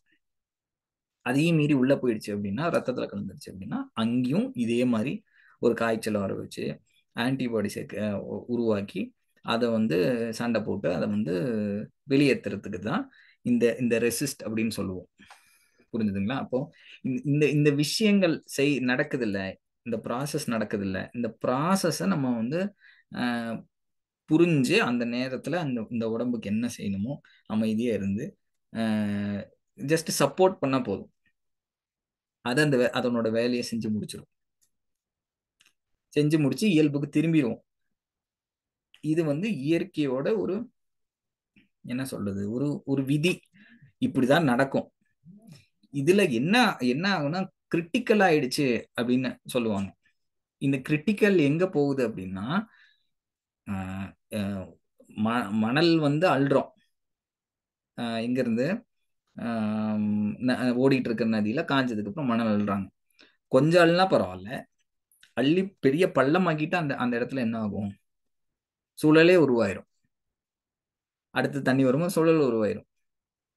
பாதையை கொஞ்சமா வெட்டலாம், ஆனா வெட்டி வெட்டி வெட்டி அந்த இடத்த வந்து மொத்தமா அழிச்சிட்டோம் அப்படின்னா அங்க திரும்ப மழை வரும்போது என்ன ஆகும்? தண்ணி தேங்கி அங்க ஒரு அழிவை ஏற்படுத்தும். அப்போ அங்க தேவையில்லாத ஒரு ஒரு சம்பவம் நடக்குது இல்ல. அப்படிதான் நம்ம உடம்புல இந்த மாதிரி இந்த இந்த ஒரு ஒரு ப்ராசஸ் நடந்துட்டு இருக்கும் போது, இந்த இயற்கை வந்து நாம் வேலையை செஞ்சுட்டு இருக்கும் போது நம்ம அதை வந்து உள்ள அடக்கி வைக்கிறதோ இல்லை வந்து அதுக்கு தடையா இருக்கிற மாதிரி சில விஷயங்களை செஞ்சுட்டோம், ரசாயன கழிவுகளை உள்ள கொட்டிட்டோம் அப்படின்னா இந்த உடல் வந்துட்டு பலவீனமாயிட்டு போகும். அது ஆற்றல், அது அது இன்னொரு நாள் டாபிக் வாய்ப்பு கிடைச்சா நம்ம பேசுவோம். அதிக ஆற்றல் செலவு பண்ணும்போது ஆற்றல் எப்போ 0 ஆகுமோ அப்பதான் இந்த கிரிட்டிக்கல் கண்டிஷனுக்கு போகும். இப்ப நான் சொன்னேன் இல்லையா, அழிவுகள் ஏற்பட்டுச்சு மில்லியன் வருஷங்களுக்கு முன்னாடி, சில உயிரினங்கள் அழிஞ்சது மாதிரி நம்ம உடலும் அழியும். அப்போ இந்த உடல் இந்த சமநிலை அடையிறதுக்கு சில விஷயங்கள் செய்யும். அது எதுவா வேணாலும் இருக்கட்டும்ங்க. காய்ச்சலா இருக்கட்டும், தும்மலா இருக்கட்டும், இருமலா இருக்கட்டும், வயிறு வலியா இருக்கட்டும், லூஸ் மோஷன், எது பண்ணாலும் இந்த உடல் தன்னை சமநிலைப்படுத்திக்கிறதுக்கு செய்யற வேலைகள். அந்த நேரத்துல நம்ம கவனிச்சா போதும். அதுக்கு மேல நம்ம வந்து இந்த உடலை கெடுக்கிற வேலைகளை, அந்த அந்த ப்ராசஸை கெடுக்கிற வேலைகளை செய்யக்கூடாது. எப்படி இயற்கை ஒருபோதும் தவறு செய்யாதுன்னு நம்ம நினைச்சிட்டு இருக்கோமோ அதே போல இந்த உடலும் தவறு செய்யாது. சரிங்களா? கடைசியா பாத்தீங்கன்னா கடைசியாவது ஆர் வந்து ரீசார்ஜ். ரீசார்ஜ் அப்படின்றது ஒண்ணுமே கிடையாது. இன்னைக்கு உங்க போன்ல சார்ஜ் தீர்ந்துருச்சுன்னா என்ன பண்ணுவீங்க? சார்ஜ் போடுவோம், அவ்வளவுதான். அதுக்கப்புறம் என்னன்னு சொல்லுவோம்? அதை போன் ரீசார்ஜ் பண்றோம்னு சொல்றோம் இல்லையா? அதே போல உடம்புக்கு இந்த மாதிரியான சூழல்கள், இப்போ ரிமூவ் ப்ராசஸா இருக்கட்டும், ரிப்பேர் ப்ராசஸா இருக்கட்டும், இந்த எதிர்ப்பு சக்தியில ஏற்படுற பலவீனமா இருக்கட்டும், எல்லாமே வந்து நம்ம ரெஸ்ட் கொடுத்துட்டோம் அப்படின்னா இந்த உடல் வந்து தன்னை வந்து திரும்ப ரீசார்ஜ் பண்ணிக்கும். இப்போ எப்படி வந்து ஒரு பேட்டரிக்கு வந்து சார்ஜ் போட்டோன்னு ரீசார்ஜ் ஆகிற தன்மை இருக்குதோ, இந்த உடலுக்கு நீங்க நல்லா கவனிச்சு பாருங்க. ராத்திரி டயர்டா தூங்குறீங்க, காலையில ஃப்ரெஷ்ஷா எழுந்திருக்கிறீங்களா இல்ல வந்து இன்னும் டயர்ட் ஆயிடுறீங்களா? ஃப்ரெஷ்ஷா எழும்புறோம். அப்போ இந்த உடம்பு தன்னை வந்து ரீசார்ஜ் பண்ணிக்கக்கூடிய தன்மை இருக்கு. இது ரொம்ப சிம்பிளா புரிஞ்சுக்கலாம். நீங்க டயர்டா இருக்கும் போது ரெஸ்ட் எடுத்தீங்கன்னா என்ன ஆகும்? உடம்பு ரீசார்ஜ் பண்ணிக்கும். அந்த ரெஸ்ட் அப்படின்ற விஷயத்த வச்சு இந்த உடம்பு திரும்ப பழையபடி எனர்ஜியா மாறிடும். ஸோ இந்த 4 6 வந்து நீங்க புரிஞ்சுக்குங்க. சரி, இந்த 4 6 வச்சு நாங்க என்னையா பண்றது? நீங்க எடுத்துட்டு வந்த டாபிக் வந்து வாழ்வியல், இயற்கை வாழ்வியல் தற்காலத்தில் சாத்தியமா அப்படின்னா நம்ம வந்து கிச்சனுக்குள்ள போவோம். இப்போ இந்த 6 எல்லாம் புரிஞ்சுக்கிட்டீங்களே, ரசாயனத்தை போடுறத பத்தி பேசணும்ல, கிச்சனுக்குள்ள போய் பாருங்க. நீங்க அடுக்கி வச்சிருக்க ஏதாவது ஒரு பாட்டில் எடுத்து பாருங்களேன். நீங்க எல்லாமே இயற்கையான பொருட்களை பயன்படுத்துறீங்களா அப்படின்றத பாருங்க. இன்னைக்கு இன்னைக்கு வந்து இயற்கை வாழ்வியலை கடைபிடிக்கிறவங்களே இயற்கை இல்லாத பொருட்களை இயற்கையான பொருள் நம்பி நம்ம வீட்டில் வச்சுட்டு இருக்கோம். எனக்கு தெரிஞ்சு ஒரு ஒரு வைத்தியர் கேரளால இருந்தார். அவர் பேர் மோகனன் வைத்தியர். அவர் இப்போ இல்லை, இறந்துட்டாரு. அவரு ஒரு நிறைய கேஸ் போட்டு அவர் மேல பெரிய குற்ற செயல் செஞ்ச மாதிரி நிறைய நிறைய கம்பெனிகள் அவரை வந்து ரொம்ப டார்ச்சர் பண்ணாங்க. அதுல ஒரு 2 உதாரணம் சொல்றேன். ஒன்று வந்துட்டு, நீங்க கிச்சன்ல பயன்படுத்துற பொருள் இல்லை ஹோட்டல்ல பயன்படுத்துற பொருள் வந்து எவ்வளவு மோசமானது அப்படின்னு சொல்றதுக்காக கேப்சிகம் என் அப்படின்னு ஒரு பாட்டில் வச்சிருந்தேன். கேப்சிகம் என் அப்படின்னு சொல்லிட்டு ஒரு பாட்டில். அதை வந்து மூடி இருக்கும் இல்லையா, பாட்டில் மூடி திறந்தா, அந்த காலத்து பாட்டில் மூடி திறந்தா உள்ள வந்து ஒரு ஒயிட் கலர் பஞ்சு மாதிரி இருக்கும்ல, ஸ்பாஞ்ச் மாதிரி இருக்கும்ல, அது வந்து எடுத்து இப்படி உதறாரு. அந்த மூடியை உதறிட்டு அதுல இருக்கிற அந்த லிக்விடை வந்து ஒரு 5 பேர் எடுத்துங்கன்னு சொல்லிட்டு 5 பேர் எடுத்து நக்குறாங்க. 5 பேர் நக்கியும் அவங்களுக்கு வந்து அப்படியே பயங்கர காரமாயிடுச்சு. இந்த மாதிரியான எசன்ஸை வந்து ஹோட்டல்ல பயன்படுத்துறாங்க மிளகாய் தூளுக்கு பதிலா. இது ஒரு சைடு இருக்கேன். நம்ம அன்றாட பயன்படுத்துற பாலா இருக்கட்டும், காய்கறியா இருக்கட்டும், பழங்களா இருக்கட்டும், சிறுதானியம் இருக்கட்டும், எல்லாமே ரசாயனம் கலந்துதான் வருது. அப்போ நான் சொல்றது என்னன்னா, ஒரு இயல்பா இருக்கிற இந்த உடம்பு நம்ம தினமும் சாப்பிட்றோம், தினக்கழிவுகள் இருக்கு. அதை தாண்டி தேக்கி வச்ச கழிவு, நம்ம இயற்கை விதி மீறி பசி இல்லாத நேரங்கள்ல சாப்பிட்டு சாப்பிட்டு சாப்பிட்டு தேக்கி வைக்கிற கழிவு தேக்கமுற்ற கழிவுன்னு சொல்றேன். அதுவும் தேக்கி வச்சு தேக்கி வச்சு தேக்கி வச்சு ரசாயன கழிவா மாறும்னு சொல்றேன் இல்லையா? ஆனா இங்கே வெறும் ரசாயனங்களா நம்ம எடுத்துட்டு இருந்தா எப்படி வந்து இயற்கை வாழ்வியலை வந்து கடைபிடிக்க முடியும்? தினந்தோறும் ரசாயனங்களை சாப்பிட்றோம். எந்த பொருள் நீங்க அன்றாட பயன்படுத்த பொருள், இந்த அரிசி எடுத்துக்கோங்க, பால் எடுத்துக்கோங்க. இன்னைக்கு பால் குடிக்காதவங்க நிறைய பேர் இருக்கீங்க இந்த இந்த இந்த குழுவில். இருந்தாலும் வந்து நம்ம பார்த்தோம்னா நிறைய பேர் பால் எடுத்துக்கிறாங்க, சர்க்கரை எடுத்துக்கிறாங்க, வெள்ளை சர்க்கரை எடுத்துக்கிறாங்க. நம்மளுக்கு தெரியும் இதெல்லாம் வந்து ரசாயனங்கள் இருக்குன்னு தெரியும். ஆனா நமக்கு தெரிஞ்சே தவற செய்யறோம். அந்த தவறை செஞ்சு செஞ்சு செஞ்சு செஞ்சு கடைசியில ஒரு நாள் என்னன்னா, இந்த உடம்பு வந்துட்டு ஒரு ஒரு ஒரு தாக்கத்தை ஏற்படுத்திடுறோம் இல்லையா? ரசாயன கழிவுகளா ரசாயனங்களா எடுத்துக்கிட்டு எடுத்துக்கிட்டு எடுத்து இந்த உடம்புக்குன்னு ஒரு ஒரு ஒரு ஒரு லிமிட் இருக்கும்ல. இவ்வளவுதான் இந்த உடம்பு வந்து தாங்க திறன் இருக்கு அப்படின்னு சொல்லிட்டு உங்களால எவ்வளவு வெயிட்டை தூக்கிட முடியும்? 50 கிலோ இருக்கிற ஒரு ஆள் வந்து பிராக்டிஸ் பண்ணா 60 கிலோ 70 கிலோ 80 கிலோ தூக்க முடியும். இல்லைன்னா குழந்தைய கூட தூக்க முடியாது. அந்த நிலைக்கு நம்ம தள்ளப்படுவோம் இல்லையா? அப்போ நம்ம நம்ம உடம்புக்கு ஒரு தாங்க திறன் இருக்கு. இவ்வளவுதான், இவ்வளவு எனர்ஜி தான் நான் பயன்படுத்த முடியும் உன்னை சரி பண்றதுக்குன்னு சொல்லிட்டு அதை மீறும் போது தான் பிரச்சனை. ஆனா அந்த தாங்கு திறன் நம்ம வந்து உடலை நல்லா வச்சுக்கிறதுக்கு என்னென்னலாம் பண்றோம், உடலும் மனசு நல்லா வச்சுக்கிறதுக்கு என்னென்னலாம் பண்றோம். மெடிடேஷன் பண்றோம், யோகா பண்றோம், இயற்கை வாழ்வியல் நான் சொன்ன 4G கடைபிடிக்கிறவங்க இருக்கீங்க. அப்ப அதெல்லாம் பண்றவங்க இந்த ரசாயனம் அப்படின்ற விஷயங்களை ஏன் வந்து தெரிஞ்சும் எடுத்துக்கிறோம்? சொல்லுங்களேன் லேடிஸ், சொல்லுங்க. நம்ம கிச்சனுக்குள்ள இவ்வளவு விஷயங்கள் இருக்கு, தெரிஞ்சே ஏன் நம்ம எடுத்துக்கிறோம்? ஐயா இப்ப எங்களுக்கு கொஞ்சம் நல்ல விழிப்பு வந்துருச்சுங்க ஐயா. ஆனாலும் இப்போ ஹைபிரைடு அப்படிங்கறதுல இருந்து நம்ம மாற முடியல. பழங்கள் எடுத்துக்கிட்டீங்கன்னா பப்பாளியில விதை இல்லை, காய்கறி எடுத்துக்கிட்டீங்கன்னா அது ஃபுல்லா ஹைபிரைட் தான். அந்த அந்த விஷயத்த வந்து நம்ம இன்னும் அதை போய் தேடி கண்டுபிடிச்சுதான் அதை வாங்க வேண்டியதா இருக்குது. இப்ப அந்த காலத்துல வந்து இயல்பாவே அவங்க வந்து 6 மாதம் நெல்லை விளைய வச்சுதான் வாழ்ந்தாங்க. இயல்பாவே அந்த நீராகாரம் குடிக்கிறது, நம்ம மாதிரிலாம் பார்த்து எல்லாம் சாப்பிடல. இத்தனை வகை கீரை, இத்தனை கூத்து, அதுல அந்த சத்து இதெல்லாம் எதுவுமே சாப்பிடல. இயல்பா வேலை பார்த்தாங்க, சாப்பிட்டாங்க, நல்லா இருந்தாங்க. இப்போ நம்ம பார்த்து வாங்குற காய் கொட்டி கொட்டி கிடக்குது. அவ்வளவும் ஹைபிரிட்ல தான் போட்டு விளைய வச்சு தட்டுறாங்க. அதுல நான் 1/2 கிலோ வாங்கி இவ்வளவு சத்து நான் சாப்பிட்டாலும் எனக்குள்ள என்ன சத்தை கொடுக்கும், என்ன ஹெல்த் கொடுக்கும் எல்லாம் தெரியுதுங்க ஐயா. இந்த உலகமே அந்த நிலைக்கு போயிட்டே அந்த அடுத்த கட்ட மக்கள் போயிட்டாங்களே அப்படிங்கிற ஒரு வேதனை தான் இந்த மக்கள் எல்லாம் இந்த நிலைக்கு திருமணி பண்ணாங்கலாம். உங்களோட இதை கேட்டு புரியும். இப்ப கீரை எடுத்துக்கிட்டீங்கன்னா ஃபுல்லா அதுல இந்த மருந்து தான் வச்சு கீரை வருது. அப்ப நம்ம கீரை காய்கறிகள் மருந்துன்னு சாப்பிடுங்கன்னு சொல்லி சொன்னாலும் மருந்துகளை கேவலப்படுத்தாதீங்க. அது விஷம். விஷம். கரெக்ட். நான் அது விஷம். அப்படிதான் சொல்லுவேன். விஷம் விஷம். மருந்துன்னா நம்மள வந்து சரி மருந்து பத்தி நான் அப்புறம் பேசுறேன். நீங்க சொல்லி முடிச்சிருங்க. அப்போ நாங்க கீரை காய்கறி எல்லாம் சத்து அப்படின்னு எவ்வளவு எடுத்துக்கிறோம். ஆனா அதனால என்ன பலனும் கிடையாது அப்படிங்கறதுதான் புரிய முடியுது. கொஞ்சம் தேடி தேடி நல்ல பொருட்களை விலை கூடனா கூட கொஞ்சமா வாங்குறதுல விழிப்பா இருக்கிறோம். இப்ப எங்க இயற்கை காய்கறிகள், பழங்கள், நல்லது இயற்கையான உணவு 2 நேரம் சாப்பிட்டா போதும். நல்லா பசிச்சு நம்ம உழைப்பு இல்லைன்னா நைட்டு விட்டுறலாம் சாப்பாடை. அதெல்லாம் தெரியுதுங்க ஐயா. ஆனா இந்த உலகம் அந்த அளவுக்கு போயிட்டு இருக்குது. நம்ம அந்த சமுதாயத்துல தானே வாழ வேண்டியது இருக்குது. அதுதான் இப்போ நான் அடுத்து பேச வந்த டாபிக் நீங்களே வந்து ஒரு இன்ட்ரடக்ஷன் கொடுத்துட்டு போயிட்டீங்க. அதாவது நம்ம இயற்கையே புரிஞ்சிருக்கோம். இப்ப நான் சொன்னதுல கொஞ்சம் உடலை புரிஞ்சிருப்போம். ஆனா விஷயம் என்னன்னா நம்ம வந்து இந்த செம்மறி ஆட்டு கூட்டம் மாதிரி இருந்துடுறோம் இல்லையா? தப்புன்னு தெரிஞ்சும் தப்பு செய்யறவன் பின்னாடியே போறது. இந்த செம்மறி ஆட்டுக்கூட்டம் பார்த்துருக்கீங்களா? அப்படியே ஆடுகள்லாம் ஒரே மாதிரி நடந்து போயிட்டு இருக்கும்.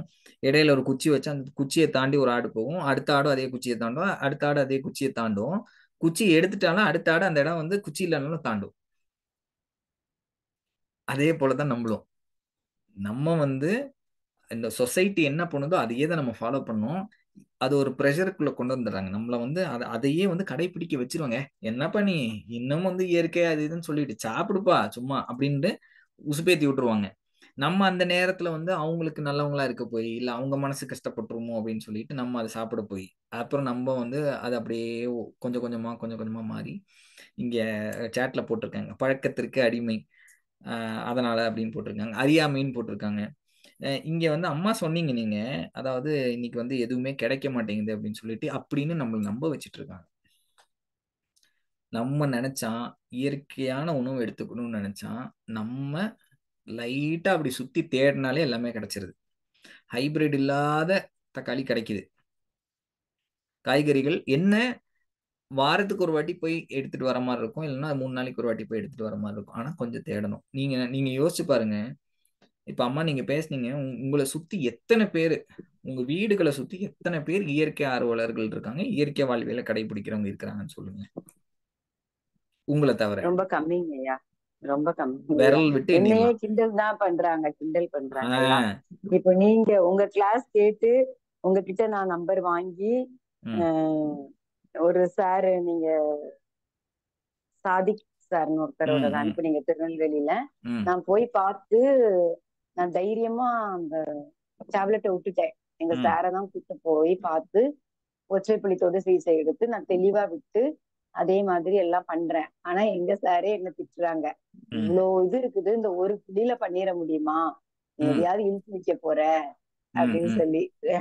இல்ல விஷயம் அதுதான். நம்மள சுத்தி இருக்கிறவங்களுக்கு இப்ப நான் சொன்ன புரிதல் நான் இப்ப ஏன் வந்து இயற்கை பிரபஞ்சம் இயற்கையோட ஒழுங்கமைவு அது நம்ம உடம்புல எப்படி ரிஃப்ளெக்ட் ஆகுது, இந்த இயற்கையும் இந்த உடல் ஒண்ணுதான், ஒருபோது இந்த உடல் தவறு செய்யாதுன்னு சொல்ற அப்படின்னா இத நம்ம புரிஞ்சுக்கிட்டாதான் நம்மள சரியா வச்சுக்க முடியும். இப்போ நீங்க வந்து நான் இந்த சொன்ன விஷயங்களை யாருக்கும் போய் எக்ஸ்பிளைன் பண்ணணும்னு அவசியமே இல்லை. நீங்க உங்களுக்குள்ள போட்டு அசை போட்டுக்கிட்டே இருங்க. நான் சொன்ன விஷயங்கள் அசை போடுங்க.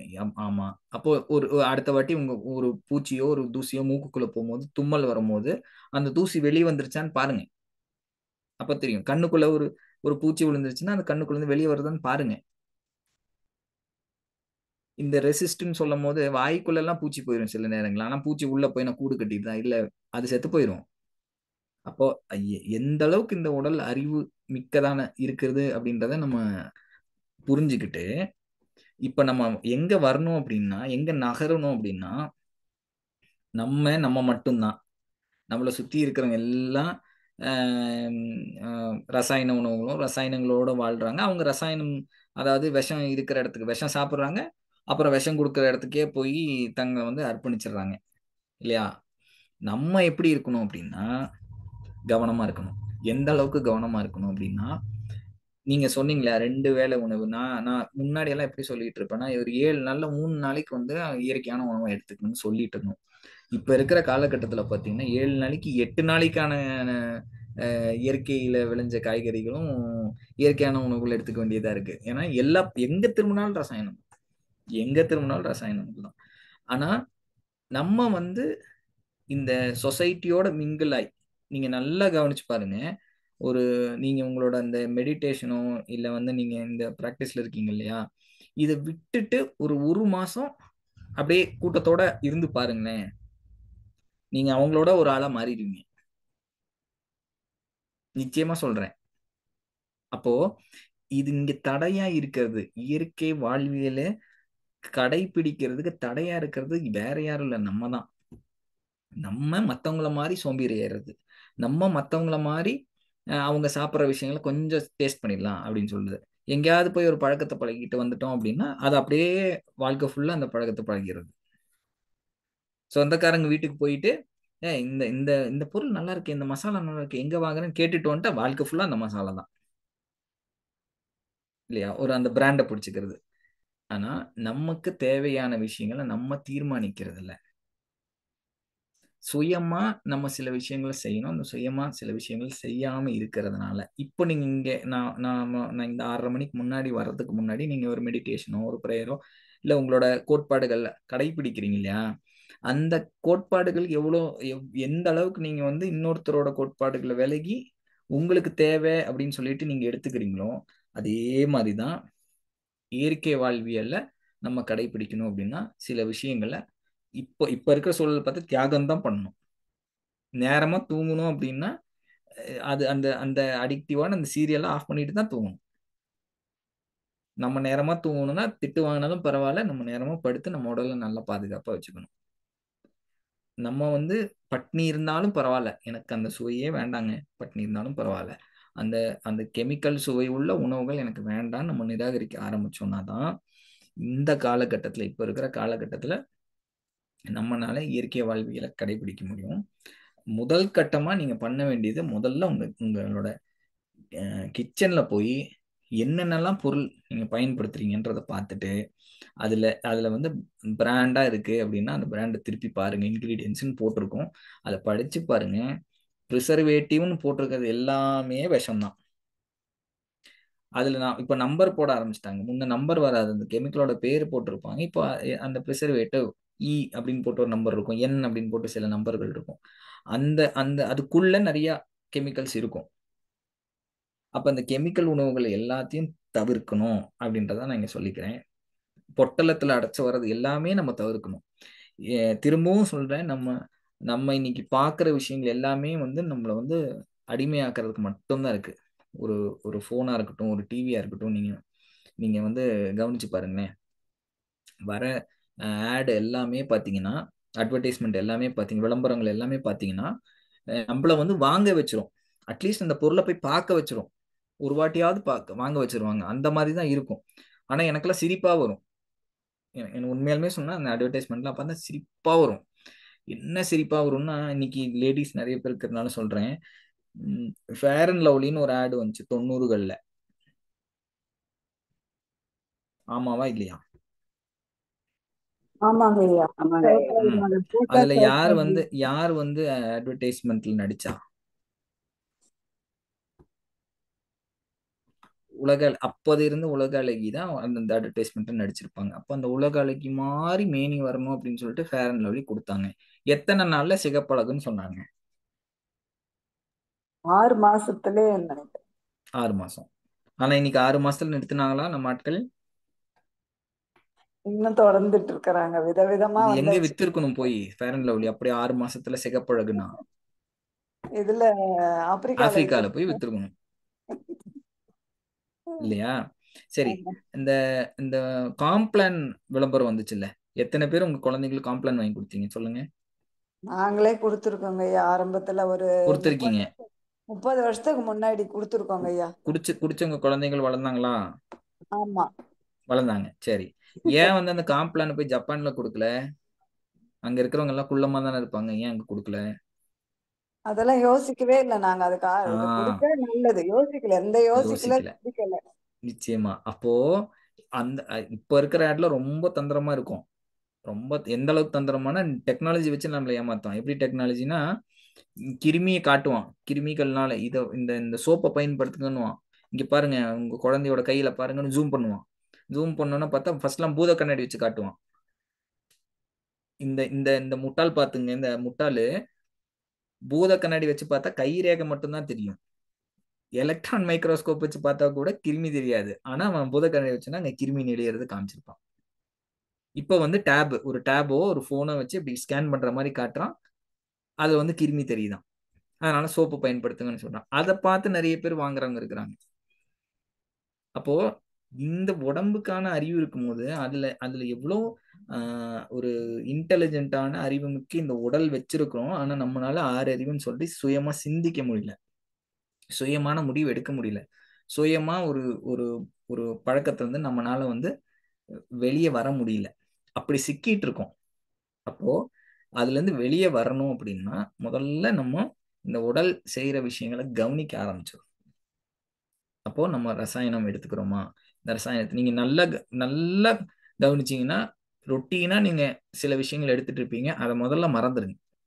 ஒரு மசாலா யூஸ் பண்ணிட்டு இருக்கீங்க, இல்லை பால் யூஸ் பண்ணிட்டு இருக்கீங்க, இல்லைன்னா வந்து ஒரே மாதிரியான உணவு அந்த பிராண்ட்ல யூஸ் பண்றீங்கன்னா அதை முதல்ல நிப்பாட்டிட்டு ஒரு 6 மாசத்துக்கு வேற ஒன்று யூஸ் பண்ணி பாருங்களேன்.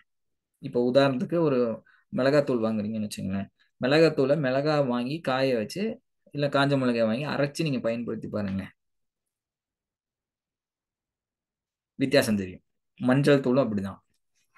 இங்க ஒருத்தர் மாடி தோட்டம் வச்சிருந்தாங்க. ஆமா, அது ஒரு மாடி தோட்டம்ன்றது, மாடி இருக்கிறவங்க மாடி தோட்டம் வச்சுங்க, இல்லைன்னா வெறும் நிலம் இருக்கிறவங்க தோட்டம் வச்சுங்க.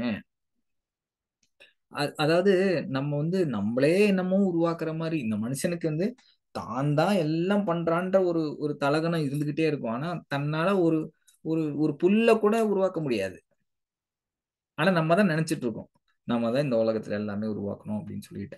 அதனாலதான் அந்த மனுஷன் வந்து அந்த ஒரு புத்தி இருக்கிறதுனாலதான் தான் உருவாக்குனதுல இருந்து விஷம் இருக்குன்னு தெரியாம சாப்பிட்டுக்கிட்டே இருக்கிறான்.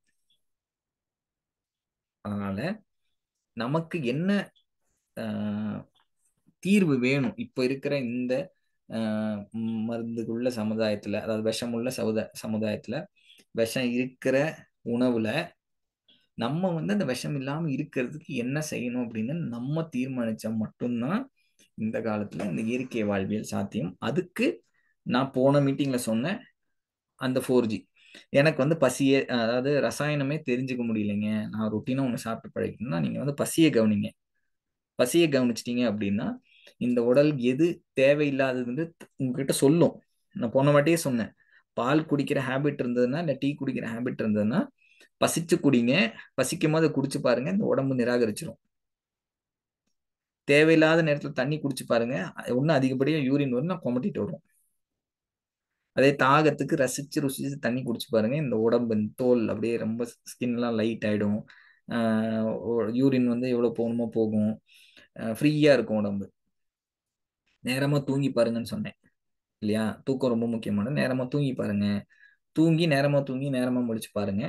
அதுல உங்களுக்கு நிறைய மாற்றங்கள் ஏற்படும், மனமாற்றம் ஏற்படும். எப்படி உடல் சமநிலை ஏற்படுதோ அதே போல மன சமநிலை இருக்கணும். மனசை பத்தி நம்ம வாய்ப்பு இருந்தா இன்னொரு வாட்டி பேசுவோம். அப்ப இந்த உடல் சமநிலை ஏற்படும் போது மனசும் சேர்ந்து சரியாகும்.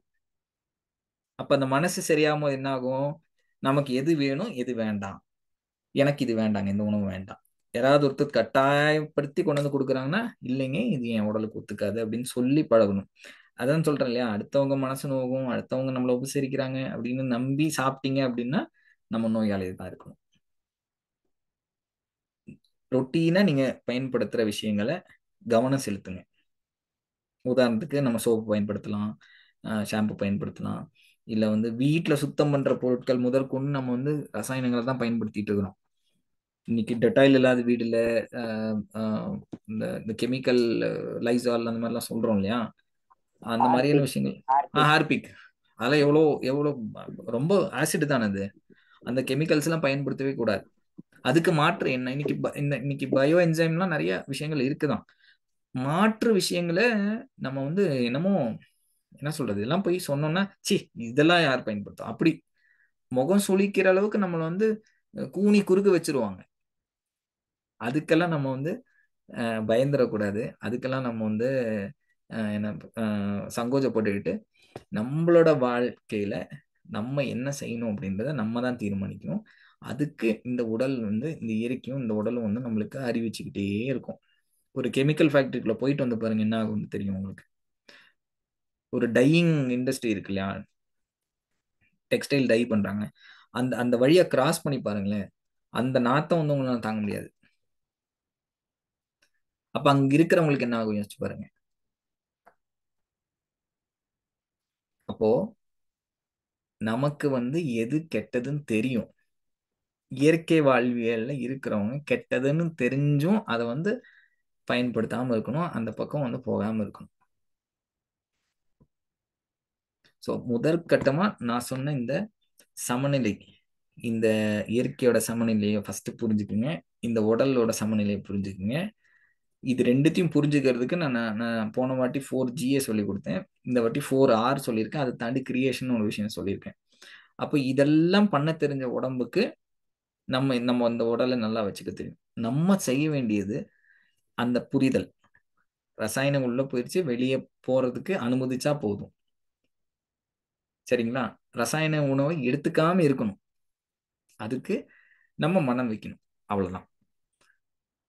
நம்மளை சுத்தி இருக்கிறவங்களாம் எப்படி, நான் போன வாட்டி ஒரு கதை சொன்னல, எப்படி வந்து சுத்தி இருக்கிறவங்க டாக்டரா மாறிடுறாங்களோ, சுத்தி இருக்கிறவங்களாம் வந்து எல்லாமே என்ன உங்களை வந்து ரசாயன அடிமையா மாத்துறதுக்கு எல்லா வேலையும் செய்வாங்க.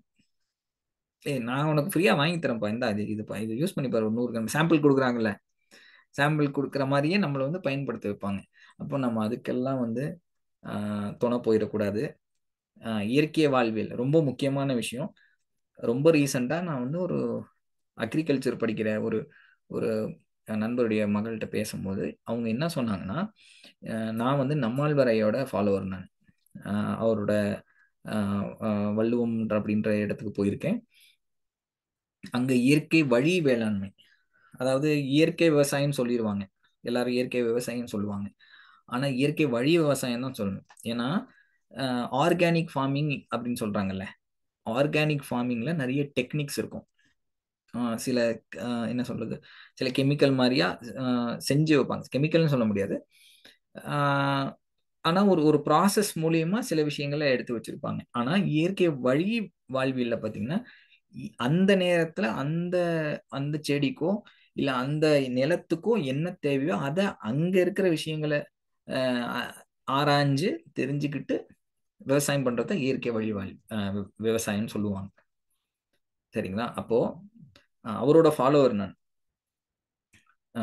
நான் வந்து இல்ல எல்லாமே இயற்கை வழியில கிடைக்குது, சிறுதானியங்கள் கிடைச்சிருது, அரிசி கிடைச்சிருது, சர்க்கரை கிடைச்சிருது, எல்லாமே கிடைச்சிருது அப்படின்னா, இல்ல அது சாத்தியமே இல்லை, அப்படி ஒண்ணு இது இல்லவே இல்லைன்னு அந்த பொண்ணு சாதிக்குது பேசிட்டு இருக்கும்போது. இது என்னடா இது இல்லவே இல்லைன்னு சாதிக்குன்னு பார்த்தா, அவங்கள கூட்டிட்டு போன இடம் என்னன்னா ஆர்கானிக் ஃபார்மிங் சொல்றாங்களாம். ஆனா வந்து அதுல ரொம்ப மினிமலான கெமிக்கல், என்ன கெமிக்கல் வந்து இந்த ஃபர்டிலைசர்னு சொல்றோமோ இல்லை வந்து பூச்சிக்கொல்லின்னு சொல்றோமோ, அதுல வந்து ஒரு மினிமல் அமௌண்ட் ஆஃப் கெமிக்கல் அதுல பயன்படுத்துறாங்களாம். அந்த மாதிரி இடத்துக்கு தான் கூட்டிட்டு போயிருக்கிறாங்க. அப்ப நான் சொன்னேன், இல்ல நான் போன இடங்கள் எல்லாமே வந்துட்டு நிறைய பேர் இன்னைக்கெல்லாம் வார வாரம் வந்து எல்லா ஊர்கள்லையும் வந்து அங்காடி போட ஆரம்பிச்சிட்டாங்க, அதாவது மார்க்கெட் மாதிரி போட ஆரம்பிச்சிட்டாங்க. ஸோ நம்ம அதை தேடி போறதில்லை. அப்போ அந்த பொண்ணுகிட்ட சொல்லும் போது நம்பவே இல்லை. அதுக்கப்புறம் நான் அந்த பொண்ணு வந்து ஆராய்ஞ்சு பார்க்கும்போது, ஓ இப்படியெல்லாம் இருக்கா அப்படின்னு யோசிக்க வச்சிருச்சு அந்த பொண்ணு. அதுக்கப்புறம் அந்த பொண்ணு என்கிட்ட பேசுற விஷயங்களே வந்து மாறுபட்டுருச்சு. நம்ப வச்சிடறாங்க நம்மள, இப்படி ஒண்ணு இல்லவே இல்லை, ஏதாவது ஒரு டேட்டா காமிச்சு இல்லை சாத்தியமே இல்லை, நீங்க மாஸ் ப்ரொடக்ஷன் பண்ண முடியாது. ஆமா மாஸ் ப்ரொடக்ஷன் பண்ண முடியாதுதான், ஆனா இங்க இயற்கை வாழ்வியல் இருக்கணும்னு நினைக்கிறவங்க தேடி போனா சர்ப்ளஸா நம்மளுக்கு கிடைச்சிடும் எல்லாமே. அப்ப நம்ம முன் வந்து மனம் வச்சு முதல்ல உட்கொள்ற விஷயங்கள் ரசாயனம் இல்லாம பார்த்துக்கணும். கொஞ்சம் அப்படி தேடினா எட்டி பார்த்தோம்னா தெரிகிற தூரத்துல தான் நம்மளுக்கு இயற்கையான உணவுகள் எல்லாமே கிடைக்கும். அதை தாண்டி இயற்கை வாழ்வியலை கடைபிடிக்கிறதுக்கு நம்ம உட்கொள்ற விஷயத்தை தாண்டி இந்த உடலோட புரிதலும் இயற்கையோட புரிதலும் நம்மகிட்ட இருக்கு. அதை இன்னும் ஆழப்படுத்துறது தான் இப்போ நான் பேசின விஷயங்கள்.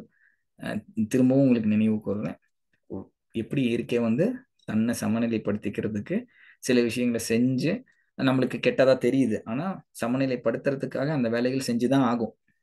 அது போல இந்த உடலும் தன்னை வந்து சமநிலையா வச்சுக்கிறதுக்கு சில யுக்திகளை கையாண்டு அந்த நேரத்தில் அசௌகரியமா தெரியும், ஆனா அது நம்ம நல்லதுக்கு தான் செய்யுது. உடலும் இயற்கையும் ஒருபோதும் தவறு செய்யாதுன்றதை புரிஞ்சுக்கிட்டு தவறுதலான விஷயங்களை இந்த உடலுக்குள்ள செலுத்தாம இருந்தாலே போதும் அப்படின்னு சொல்லிக்கிட்டு இன்னைக்கு இந்த தலைப்பை நான் வந்து முடிச்சுக்கிறேன். இதுல ஏதாவது சந்தேகம் இருந்தா தாராளமா ஹேண்ட் ரைஸ் பண்ணலாம், இல்லைன்னா சேட்ல கேட்கலாம். இந்த வாய்ப்பளித்த அனைத்து ஒருங்கிணைப்பாளர்களுக்கும் இறைமார்க்கம் சார்ந்த அனைவருக்கும் எனக்கு வந்து நான் என்னோட நன்றிகளை தெரிவிச்சுக்கிறேன். நன்றி. நன்றிங்கய்யா. வாழ்க வளமுடன். நன்றிங்கய்யா. வாழ்க வளமுடன். சிறப்பையா. ஆக்சுவலி இன்னைக்கு நீங்க கொடுத்த தலைப்புல வந்து எங்களுக்கு மிக தெளிவா புரிஞ்சிருக்கு. இவ்வளவு நாளும் நாங்க வந்து எந்த அளவுக்கு உணவு வந்து ரசாயனத்தை கலந்துதான் இவ்வளவு நாளும் முழுமையா நாங்க எடுத்துட்டு இருக்கோன்றது வந்து நீங்க கொடுத்த அந்த உரையிலேயே மிக தெளிவா புரிஞ்சிருக்குங்கய்யா. அதே மாதிரி இயற்கை வந்து ஒரு ஒழுங்கடை அமைப்போட தான் இருக்கு. அப்ப நம்ம உடலும் அதை சார்ந்துதான் ஒரு சமநிலையா தான் இருக்குன்றதை எங்களுக்கு தெளிவா புரிய வச்சிருக்கீங்க. அந்த 4R மூலமா நம்ம உடம்புல ஏற்படுற பாதிப்பு, repair, remove and resist, recharge, அந்த பாயிண்ட்ஸ் எல்லாம் சொல்லும் போது அது அது தன்னைத்தானே சமநிலைப்படுத்திக்கிறதுக்கு தான் இது எல்லாமே நம்ம உடல்ல ஏற்படுது. சோ நம்ம உடம்புல எந்த ஒரு பாதிப்பு வந்தாலும் நம்ம பொறுமை காத்து அத தன்னாலே குணமாகுன்றதுக்காக வந்து நீங்க கொடுத்த விளக்கங்கள் வந்து மிக தெளிவா எங்களுக்கு புரிஞ்சிருக்கையா. நான் இயற்கையா வாழணும் அப்படின்னு நம்ம நினைச்சு ரசாயனம் கலந்த சாப்பாடை இவ்வளவு நாள் நாங்க வந்து எடுத்துட்டு இருக்கோம், எல்லா மக்களுமே அதோட சேர்ந்து.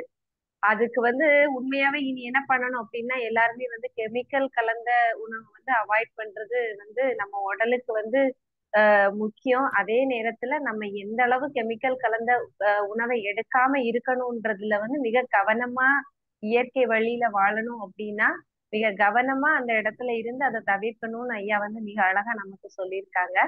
ஐயாவை எல்லாரும் பெரிய நிலையில இருந்து வாழ்த்திடலாம். ரமேஷ் ஐயா அவர்கள் வாழ்க வளமுடன். ரமேஷ் ஐயா அவர்களும் அவர்களது அன்பு குடும்பத்தினர் அனைவரும் அருட்பேராற்றல் கருணையினால் உடல் நலம், நீளாயுள், நிறை செல்வம், உயர்ப்புகள், மெய்ஞானம் ஓங்கி வாழ்க வளமுடன், வாழ்க வளமுடன், வாழ்க வளமுடன் ஐயா. சில முக்கிய அறிவிப்புகள். அடுத்த நிகழ்வாக இரவு 8:30 மணிக்கு இறை ஆசிரியர் இறை மதனையா அவர்களின் தற்சோதனை நிகழ்வு உள்ளது. அனைவரும் கலந்து கொண்டு ஆன்ம தூய்மை பெறுவோம். நாளை அதிகாலை 4:30 மணி முதல் எப்பொழுதும் போல அனைத்து நிகழ்வுகளும் நடைபெறும். காலை 9 மற்றும் 3 மணிக்கு சிறப்பு தவங்களும் நடைபெறும். அனைவரும் கலந்து கொண்டு ஆன்ம தூய்மை பெறுவோம். 26 மே மாதம் 26 30ஆம் தேதி 13 வயசுக்கு கீழ் உள்ள மாணவர்களுக்கு 2வது பேட்சா வந்து ஐயா வந்து சிறப்பு வகுப்பு வந்து ஏற்பாடு பண்ணியிருக்காங்க. வாய்ப்பிருக்கிற அன்பர்கள் வந்து தங்கள் குழந்தைகளை வந்து இதுல வந்து அனுப்பி அவங்களும் பயன்பட செய்யும்படி அன்போடு கேட்டுக்கொள்கிறோம். 23, 24, 25 IAP 1, 2, 3 இறையாசிரியர்களுக்கு நேரடி வகுப்பு ஏற்பாடு செய்யப்பட்டிருக்கு. அனைவருக்கும் தெரியும். முடிஞ்ச வரைக்கும் வாய்ப்புள்ள அன்பர்கள் அனைவரும் இதுல நேரில் கலந்து பங்கு பெற அன்போடு கேட்டுக்கொள்ளப்படுகிறோம். நன்றி. வாழ்க வளமுடன். ஐயா கிட்ட ஏதாவது சந்தேகங்கள் கேள்விகள் இருந்ததுன்னா கேட்கலாமா? Hand rice பண்ணுங்கம்மா. மகேஸ்வரி அம்மா வாழ்க வளமுடன்மா.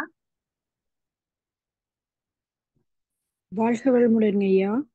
வணக்கம்மா, சொல்லுங்க ஐயா. அந்த மார்க் ஏதோ சொன்னீங்கல்ல, அது எனக்கு மெமரியில என்னமா எனக்கு புரியல. என்னங்கிற இடத்துல நேச்சுரல் ப்ராடக்ட் இருந்தாலும் கூட இப்ப நம்ம ஏதாச்சும் வாங்குறோம் இந்த பொருள் தானான்னு செக் பண்றதுக்கு ஏதோ ஒரு சொன்னீங்க, எழுதியிருப்பாங்க அப்படின்னு சொன்னீங்கல்ல. இல்ல, அதாவது எழுதியிருப்பாங்கன்னா நீங்க எடுத்து பாருங்க, ப்ரிசர்வேட்டிவ்னு ஒன்று போட்டிருப்பாங்க. ப்ரிசர்வேட்டிவ்னா என்ன? கெட்டு போகாம இருக்கிறதுக்காக ஊத்தி வைக்கிற ஒரு திரவம், பதப்படுத்துறதுக்கு. சரிங்களா? ஆனா இந்த இயற்கையை பொறுத்த வரைக்கும் ஒரு பொருள் நம்ம விளைவிக்கிறோம், இல்ல இயற்கை பொருள் ஒண்ணு விளைவிச்சது அப்படின்னா அதோட தன்மை மாறினதுக்கு அப்புறம் அது அது கெட்டு போய் வேற அது இல்லாம போகணும். அதுதானே. ஒரு பழம் இருக்கு, பூவா இருந்துச்சு, காயா மாறுச்சு, பழமாச்சு. பழம் அதுக்கப்புறம் என்ன ஆகும்? அழுகும்ல. அழுகி அதுல புழு உண்டாகும். அதாவது பழங்கள் அப்படின்னும் போது குழ குழன்னு இருக்கிறது எல்லாமே வந்துட்டு நீங்க நீங்க வீட்டுக்குள்ள கவனிங்க. இந்த உதாரணத்தை சொல்லிட்டு வீட்டுக்குள்ள என்ன கவனிக்கணும்னு சொல்றேன். பழங்க என்ன ஆகும்? அதுல புழு பூத்துரும். அதுக்கப்புறம் அந்த புழு எங்க போகும்? ஊறி ஊறி நம்ம மேல ஏறிடுமா? இல்ல, அது சாப்பிட்டு அதுக்கப்புறம் அது காணாம போயிடும். நம்ம அரிசிக்குள்ள வண்டு வருது இல்லைங்கம்மா, ஆமா நல்லா கவனிச்சு பாருங்க. மிளகாயில வண்டு வந்து பாத்திருக்கீங்களா? அவ்வளவு காரமா இருக்கும்ல. ஆமா மிளகா மிளகாயில தூள்ல வருமா வராதா? வந்திருக்கு, ரொம்ப லேட் ஆனதுல ஆஹ் வந்திருக்கு, பாத்திருக்கு. வந்திருக்குல்ல.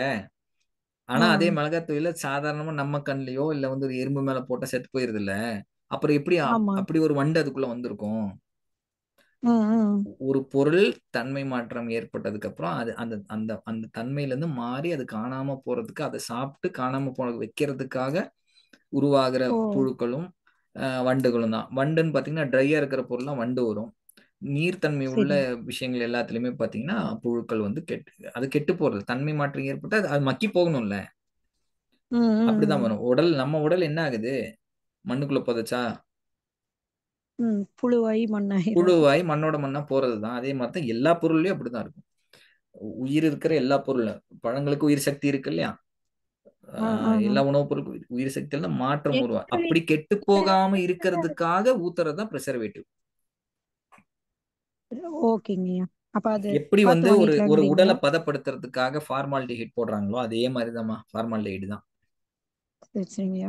இப்போ எங்க வீட்ல அத்தி மரம் இருக்கு, அத்தி பழம் அது விழுகுது. நாங்க பிச்சோம்னா உள்ளுக்குள்ள இருந்து நிறைய பூச்சி வருது இல்லையா? அப்ப அது சாப்பிடலாமா சாப்பிடக்கூடாதா? பச்சையா சாப்பிடுறோம், குழந்தைகளுக்கு கொடுக்குறோம். உள்ளுக்குள்ள பூச்சி வருது அப்படிதானே? இல்ல, அது உள்ளுக்குள்ள இருக்கிறது வேற. கனிஞ்ச பழத்தை சாப்பிடுங்க. அப்படிங்களா? பிச்சு ஆமா. பார்த்தோம் அப்படின்னா சிறு ரெக்கையோட பறக்குதுங்க பூச்சி. ஊதுனோம்னா பறக்கும். ம் நீங்க இந்த இயற்கை மைன் விவசாயம் இருக்குது. பண்றவங்ககிட்ட அது சொல்லுங்க, அதுக்கான தீர்வு சொல்லுவாங்க. சரிங்களா? எல்லா ஓகேங்கய்யா. பழங்களையும் இப்படிதான் இருக்கா, இல்ல ஒரு சில பழங்கள் மட்டுமா? இல்ல, ஒரு சில பழங்கள்ல இருக்கு, ஒரு ஒரு சில சில பழங்கள் அந்த பழத்தை இருக்கு. தவிர்த்துருங்க. அப்படிங்களா? அது அம்மத்தா ஆமா என்ன ஆமா. பண்றாங்கன்னா, அந்த பூச்சியெல்லாம் வெட்டிட்டு வெயில்ல காய வச்சு பவுடர் ஆக்கி குழந்தைகளுக்கு போட்டு ஆத்தி தராங்க. சரி, கரெக்டான்னு கேட்டேன். பூச்சியவா? இல்ல, பழத்தை புட்டு அந்த பழத்தை பூச்சியை ஊதிடுறாங்க. வெயில்ல காய வைக்கிறோம், 2 நாள் 3 நாள் காய வைப்போம். அரைச்சு பவுடர் ஆக்கி பால்ல ஆத்தி கொடுப்போம் குழந்தைங்களுக்கு. சரி, முதல்ல பாலை தவிர்த்துருங்க. குழந்தைங்களுக்கு பாலை தவிர்த்துருங்க. பால் விஷமா? வீட்டுல மாடு பால் தான் ஆத்தி கொடுக்கு. அப்படிங்களா? மாட்டுக்கு மாட்டு மாட்டோட மாட்டு பாலுமே கண்ணுக்குட்டிக்கு பால் வேண்டாமா? கொடுங்க. மாட்டோட கண்ணுக்குட்டிக்கு பாலை விட்டுருங்க. சரிங்க ஐயா. அடுத்துங்க. சரி, நல்லதுங்க ஐயா. வளமுடன். நன்றி. நன்றி அம்மா, வாழ்க வளமுடன். சிவஸ்ரீ அம்மா, வாழ்க வளமுடன்மா. வாழ்க வளமுடன் ஐயா. ஐயா, வணக்கம். நாங்கெல்லாம் இந்த அளவுக்கு தவம் பண்றதுனாலதான் இந்த நல்ல விஷயங்கள் கேட்க முடியுது அப்படின்னு தான் நாங்க உண்மையிலே நினைக்கிறோங்க ஐயா. அதாவது புண்ணிய கர்மா இருந்தா தானங்க அதை கேட்க முடியும். நம்ம கிட்ட கர்மா இதா இருந்தா உதாசீனப்படுத்தி கேவலப்படுத்தி தான் போவாங்க. கண்டிப்பா இது எல்லாருக்கும் இது போகணும்னு வாழ்த்துறோம் ஐயா. இந்த என்னோட என்னன்னாங்க ஐயா, இப்போ ஹைபிரிட் இப்போ முருங்கைக்கீரை இருக்குன்னு வச்சுக்கோங்க ஐயா. அது நம்ம கண்டுபிடிக்க முடியாது. இப்ப முருங்கை மரம் நம்ம வீட்டுல வளர்க்குறோம்னா நம்ம நல்லா ஸ்ட்ராங்கா மரம், அதையும் ஹைபிரிட்ல கீரையா அது சீக்கிரம் அதையும் கீரையா கட்டு கொண்டு வந்துடுறாங்க. அது அதுக்கும் நீங்க இப்ப விவசாயத்துல எதுவும் இயற்கை இதுல அப்படி இருக்குதா? அதுக்கப்புறம் இன்னொரு கேள்விங்க ஐயா, இந்த ஹார்பிக்கு இந்த லைசாலு அதுக்கும் இதுல எங்க வாங்கணும் அந்த பொருட்கள் அப்படிங்கிறதும் கொஞ்சம் சொல்லுங்க. இப்ப அந்த காலத்துல அது வச்சுக்கல, ஹார்பிக் கிடையாது, லைசால் கிடையாது, ஹேண்ட் வாஷ் கிடையாது. அப்ப அவங்க எதுல வாழ்ந்தாங்க, என்ன பண்ணாங்க, அதெல்லாம் எங்களுக்கு தெரியல. சரிங்க, சரி. இல்ல, அந்த காலத்துல எப்படி கிளீன் பண்ணாங்கன்றதை தாண்டி இப்ப நம்ம கிளீன் பண்றதுக்கு மாற்று இருக்குன்னு சொல்றேன். நான் நான் இப்போ நம்ம நம்ம அது பொருட்கள் பேர் சொல்லாம ஜஸ்ட் ஒரு ஹிண்ட் தரேன். பயோ என்சைம் அப்படின்னு சொல்றாங்க. அது வந்து இந்த இந்த பஞ்சகாவியா மாதிரி ப்ராசஸ்ன்னு வச்சுக்கோங்களேன், உதாரணத்துக்கு சொல்றேன். அது இல்லை, அந்த மாதிரி என்சைம்ஸ் கிரியேட் பண்ணி, பயோ என்சைம்னா சின்ன சின்ன அதில் வந்து உயிர்கள் இருக்கும். அது வந்து குப்பையை சாப்பிட்றது அதோட வேலையாம். அப்போ அது அது ஒன்று இருக்கு. அப்போ அதை பயன்படுத்தி நம்ம சுத்தப்படுத்துறதுக்கு பயன்படுத்திக்கலாம். இன்னொன்று, கிருமிகளை பார்த்து நம்ம பயப்படணும்னு அவசியமே இல்லை. அது நான் போன டைமே சொன்னது, ஒரு பெரிய டாபிக் கிருமின்றது. ஆனால் கிருமின்னு ஒன்று, கிருமியோட உலகத்தில் தான் நம்ம வாழ்ந்துட்டு இருக்கோம். நம்ம வந்து சுத்தப்படுத்துறதுக்கு ஒண்ணுமே பண்ண வேண்டாம். நம்ம உள்ளுக்குள்ள சுத்தமா வச்சுக்கிட்டா போதும், வெளியெல்லாம் சுத்தமா தான் இருக்கும். அதிகபட்சம் கை கழுவுறதுக்கு சோப்பு பயன்படுத்த போறோம். சோப்புக்கு பதிலாக வெறும் தண்ணியை ஊற்றி பயன்படுத்துங்க. நான் போன வாட்டியே சொன்னேன் தான் ஒண்ணு. அப்போ மாற்று அப்படின்னு பார்க்கும்போது நீங்க ஹார்பிக் தான் பயன்படுத்தணும் இல்லை. தினமும் ஒரு இப்போ நம்ம பாத்ரூம் கழுவி விட்டாலே போதுமே தண்ணியில. நீங்க வாரத்துக்கு ஒரு வாட்டி கழுவுறது, 2 நாளைக்கு ஒரு வாட்டி தண்ணி போட்டு கழுவுனாலே போதுமே. சாணி மூலிகையெல்லாம் கழுவுவாங்க தெரியும்ல. அந்த மாதிரி பயோ என்சைம்னு ஒன்று இருக்கு, அதை பயன்படுத்தலாம். இன்னொரு கேள்வி என்னம்மா கேட்டீங்க? முதல்ல எதை கேட்டீங்க? முதல் கேள்வி மறந்துட்டேன். முருங்கைக்கீரை. முருங்கைக்கீரை. அதாவது ஹைபிரிட் அப்படின்னு சொல்லும் போது, இயற்கை வழி விவசாயத்துல வந்து பாத்தீங்கன்னா இன்னைக்கு நாத்துகள், நாட்டு விதைகள் எல்லாமே கிடைக்குது. அதான் சொல்றேன். நம்ம வீட்டுல இப்போ இங்க ஒரு ஒரு அன்பர் வந்துட்டு மாடியில அரிசி உண்டாக்க முடியுமா அப்படின்னு கேட்டாரு. ஆனா இயற்கை வழியில வந்து நெல்லை வந்து எடுத்து அரிசியை வந்து விளைவிக்கிறாங்க. எல்லா பக்கமும் இருக்காங்க. நிறைய வெரைட்டி ஆஃப் அரிசி வந்துருச்சு. பாரம்பரிய ரகத்தை சொல்றேன். அதே மாதிரி நாட்டு கத்திரிக்காய், நாட்டு தக்காளி, அந்த நாட்டுன்றது என்ன சொல்றதுன்னா பாரம்பரிய விதையில இருந்து வந்தது. நாட்டு முருங்கைக்காய், நாட்டு முருங்கைக்கீரை, அந்த நாத்துகள், அந்த விதைகள் கிடைக்குது. கொஞ்சம் தேடி பார்த்து நம்ம வாங்கி வச்சுக்கணும். அவ்வளவுதான். ஒரு வாட்டி தானே வைக்க போறோம், வைக்க. நன்றிங்கய்யா. ஒரு தடவை எங்களுக்கு உணவுக்காக ஒரு கிளாஸ் எடுங்க. உணவு மட்டுமா? சரி, இப்போ ஓரளவுக்கு எங்களுக்கு விளக்கம் தெரியுது. இது எல்லாமே மேஜர் டாபிக்ஸ். இது எல்லாமே நான் கவர் பண்ண முடியாது. உணவுக்காக பேசணும்னா எனக்கு இன்ட்ராக்ஷனா இருக்கணும். இப்படி நான் மட்டும் பேசிட்டு தேவைப்படும் போது மட்டும் இது நான் கேள்வியா ஏன் கேட்கறேன்னா, நான் எனக்கு போர் அடிச்சிடக்கூடாது அப்படின்றதுக்காக தான். கொரோனா சமயங்கள்ல நான் தெளிவா நிறைய புரிஞ்சுக்கிறோம் ஐயா. நாங்க தெளிவா புரியுறோம். நாங்க கேட்டு உள் வாங்கிட்டோம். தெளிவா புரியுதுங்க ஐயா. ஆனா உணவு பத்தி பேசும்போது எனக்கு முன்னாடி இருக்கிற கிரௌடு வந்து என்ன மாதிரி இருக்கிறாங்க, இது நான் பொதுவா சொல்ற விஷயங்கள். சிலது நான் சொன்னது எல்லாமே பொதுவா சொல்ற விஷயங்கள். ஆனா இப்ப 100 பேர் இருக்காங்கன்னா 100 பேரோட மனநிலையும் ஒரே மாதிரி இருக்காது. அவங்களோட வாழ்க்கை ஒரே மாதிரி இருக்காது. அவங்களோட சூழல் ஒரே மாதிரி இருக்காது இல்லையா? ஸோ அதை பேஸ் பண்ணி தான் நான் வந்து பேச முடியும். அதுக்கான வாய்ப்பு ஏற்படுத்திக்குவோம். நம்ம வந்து ஒரு ஜூம் மீட்ல வந்து ஒரு கலந்துரையாடலா வச்சுக்குவோம். ஒன்றும் பிரச்சனை இல்லை. நன்றிங்க. உணவு பத்தி பேசுவோம். நன்றிங்க. அடுத்த கேள்வி. நன்றி அம்மா, வாழ்க வளமுடன். பெரிய நாயகி அம்மா, வாழ்க வளமுடன்மா. ஐயா வாழ்க வளமுடன். வணக்கம், சொல்லுங்க ஐயா. உண்மையிலே உங்களுக்கு நிறைய நன்றி சொல்லணுங்கய்யா. உண்மையிலே இயற்கை வாழ்வியல் தற்காலத்துல சாத்தியமான்ற ஒரு தலைப்புல இப்படி ஒரு வித்தியாசமா இப்படி ஒரு சிந்தனை எங்களுக்கு கொடுப்பீங்க நான் நிச்சயமா நினைச்சு கூட பார்க்கல. இயற்கையையும் மனிதனையும் இணைத்து எவ்வளோ பெரிய அந்த இயற்கை உருவானதுல இருந்து அப்படியே ஃபுல் டாபிக்குமே கொண்டு வந்து மனிதன் வரைக்கும் உண்மையிலே சிறப்புங்க ஐயா. எனக்கு என்ன ஒரு டவுட் அப்படின்னா, இதுல நீங்க அதாவது உணவை போய் நம்ம இந்த சத்துக்காக இந்த உணவை போய் நம்ம தேடி எடுத்து சாப்பிடணும். இப்போ கால்சியம் இல்லைன்னா பால் குடிக்கணும், இப்போ அயன் இல்லைன்னா நம்ம இந்த உணவு சாப்பிடணும் அந்த உணவு சாப்பிடணும்னு இல்லாம அப்போ எது சாப்பிட்டாலும் உடலே அது எடுத்துக்கணும்னு சொன்னீங்க இல்லைங்கய்யா. அந்த உணவுல இருந்து அதுவே கன்வெர்ட் பண்ணிக்கணும்னு சொன்னீங்க. அப்போ நம்ம தேடி போய் எதையும் இதுக்கு வேணும்னு சாப்பிட வேண்டிய அவசியம் இல்லை. அவசியம் இல்லை. பசியை கவனிச்சு ருசியை கவனிச்சிங்கன்னா போதும். அவ்வளவுதான். நான் அது போன வாட்டியே சொன்னேன். பசி ஏற்படும் போது என்ன ருசி கேட்குதோ அந்த ருசிக்கு ஏற்று சாப்பிட்டீங்கனாலே போதும். ஆனா நம்மளுக்கு இருக்க டெஃபிஷியன்சி, இப்போ கால்சியம் டெஃபிஷியன்சி இருக்குன்னா அந்த அந்த டெஃபிஷியன்சிக்கான இதே உணவே கேட்காத உடம்பு. அதுதான் நான் சொல்ல வர்றது. எப்படி வேணாலும் எந்த சுவையை வேணாலும் கேட்டு இந்த உடம்பை வாங்கி அதுவா கன்வெர்ட் பண்ணிக்கக்கூடிய தன்மை இந்த உடலுக்கு இருக்கு. கரெக்ட்டுங்க ஐயா. எனக்கு இந்த பிள்ளைங்க எப்படியும் இந்த ஏஜுக்கு மேல அந்த டெஸ்ட் இந்த டெஸ்ட்ன்னு கூட்டின்னு போறாங்களா. இப்ப கால்சியம் கம்மியா இருக்கு உங்களுக்கு 58 ஆயிடுச்சு அப்படின்னு டேப்லெட் எழுதி கொடுத்தாங்க. ஆனா நான் அது டேப்லெட் வந்து யூஸ் பண்றதுல வாங்கி அப்படியே பத்திரமா வச்சுட்டேன். ஆனா அதுல கால்சியம் வந்து இந்த கேழ்வரகுல இருக்கு அதுல இருக்கு. ஆனா எனக்கு ரொம்ப பிடிக்கும். ஆனா இப்ப சாப்பிடணும்ன்ற தோணவே மாட்டேங்குது. சரிங்க. உங்களுக்கு பசிக்கும் போது என்ன தோணுதோ, என்ன சுவை கேக்குதோ அதை சாப்பிடுங்க. சரிங்க. அந்த இயற்கை உணவா நீங்க அத நிறைய விஷயம் சொல்லியிருக்கீங்க. எங்க அண்ணா கூட கொஞ்சம் இடம் இருக்கு. அவர் இப்போ ஒரு 5-6 வருடமா நெல் வந்து இயற்கை இதுல தான் இந்த பஞ்சகாவியம் அதெல்லாம் போட்டு இயற்கை தான் தயாரிச்சிட்டு இருக்காங்க ஐயா. அது எங்களுக்கும் கிடைக்குது. நானும் இங்க ஒரு 10 பேருக்கு வாங்கி கொடுத்துட்டு இருக்கிறேங்க ஐயா. சரிங்கம்மா. இந்த இந்த இந்த அரிசி நெல் அப்படின்னு சொல்லும் போது இந்த கேள்வி இது எனக்கு ரொம்ப நான் இந்த விஷயத்த சொல்லணும் அப்படின்னு மாடியில் அரிசி உண்டாக்க முடியுமான்னு கேட்டது வந்து திரும்ப திரும்ப எனக்கு இந்த விஷயத்த சொல்ல வைக்குது. அதாவது சுனாமி வந்த டைம், சுனாமி வந்து கடல் நீர் ஃபுல்லா நிலத்துல ஏறிடுச்சு இல்லையா. ஏறின சமயத்துல அங்க வந்து எத்தனை வருஷம் ஆனாலும் விவசாயமே பண்ண முடியாதுன்னு சொல்லிட்டு அக்ரிகல்ச்சர் டிபார்ட்மெண்ட்ல சொல்றாங்க. அங்க வந்து இனிமேல் நெல் பயிரிடவே முடியாதுன்னு சொல்றாங்க. நம்மாழ்வார் ஐயா கிளம்பி போய் அந்த அந்த அந்த அந்த கடல் ஓரங்கள்ல இருக்கிற பகுதியில் போய் பார்த்து 6 மாசம் அங்கேயே இருந்து என்ன பண்ணாருன்னா இந்த கலவையா சிறுதானியங்கள் எல்லாம் தூவி விட்டாங்க. அங்க அது விளைஞ்சதுக்கு அப்புறம் அது ஃபுல்லா அறுவடை பண்ணதுக்கு அப்புறம் அங்க நெல் விளைய வச்சுட்டு தான் வந்தார் அங்க இருந்து.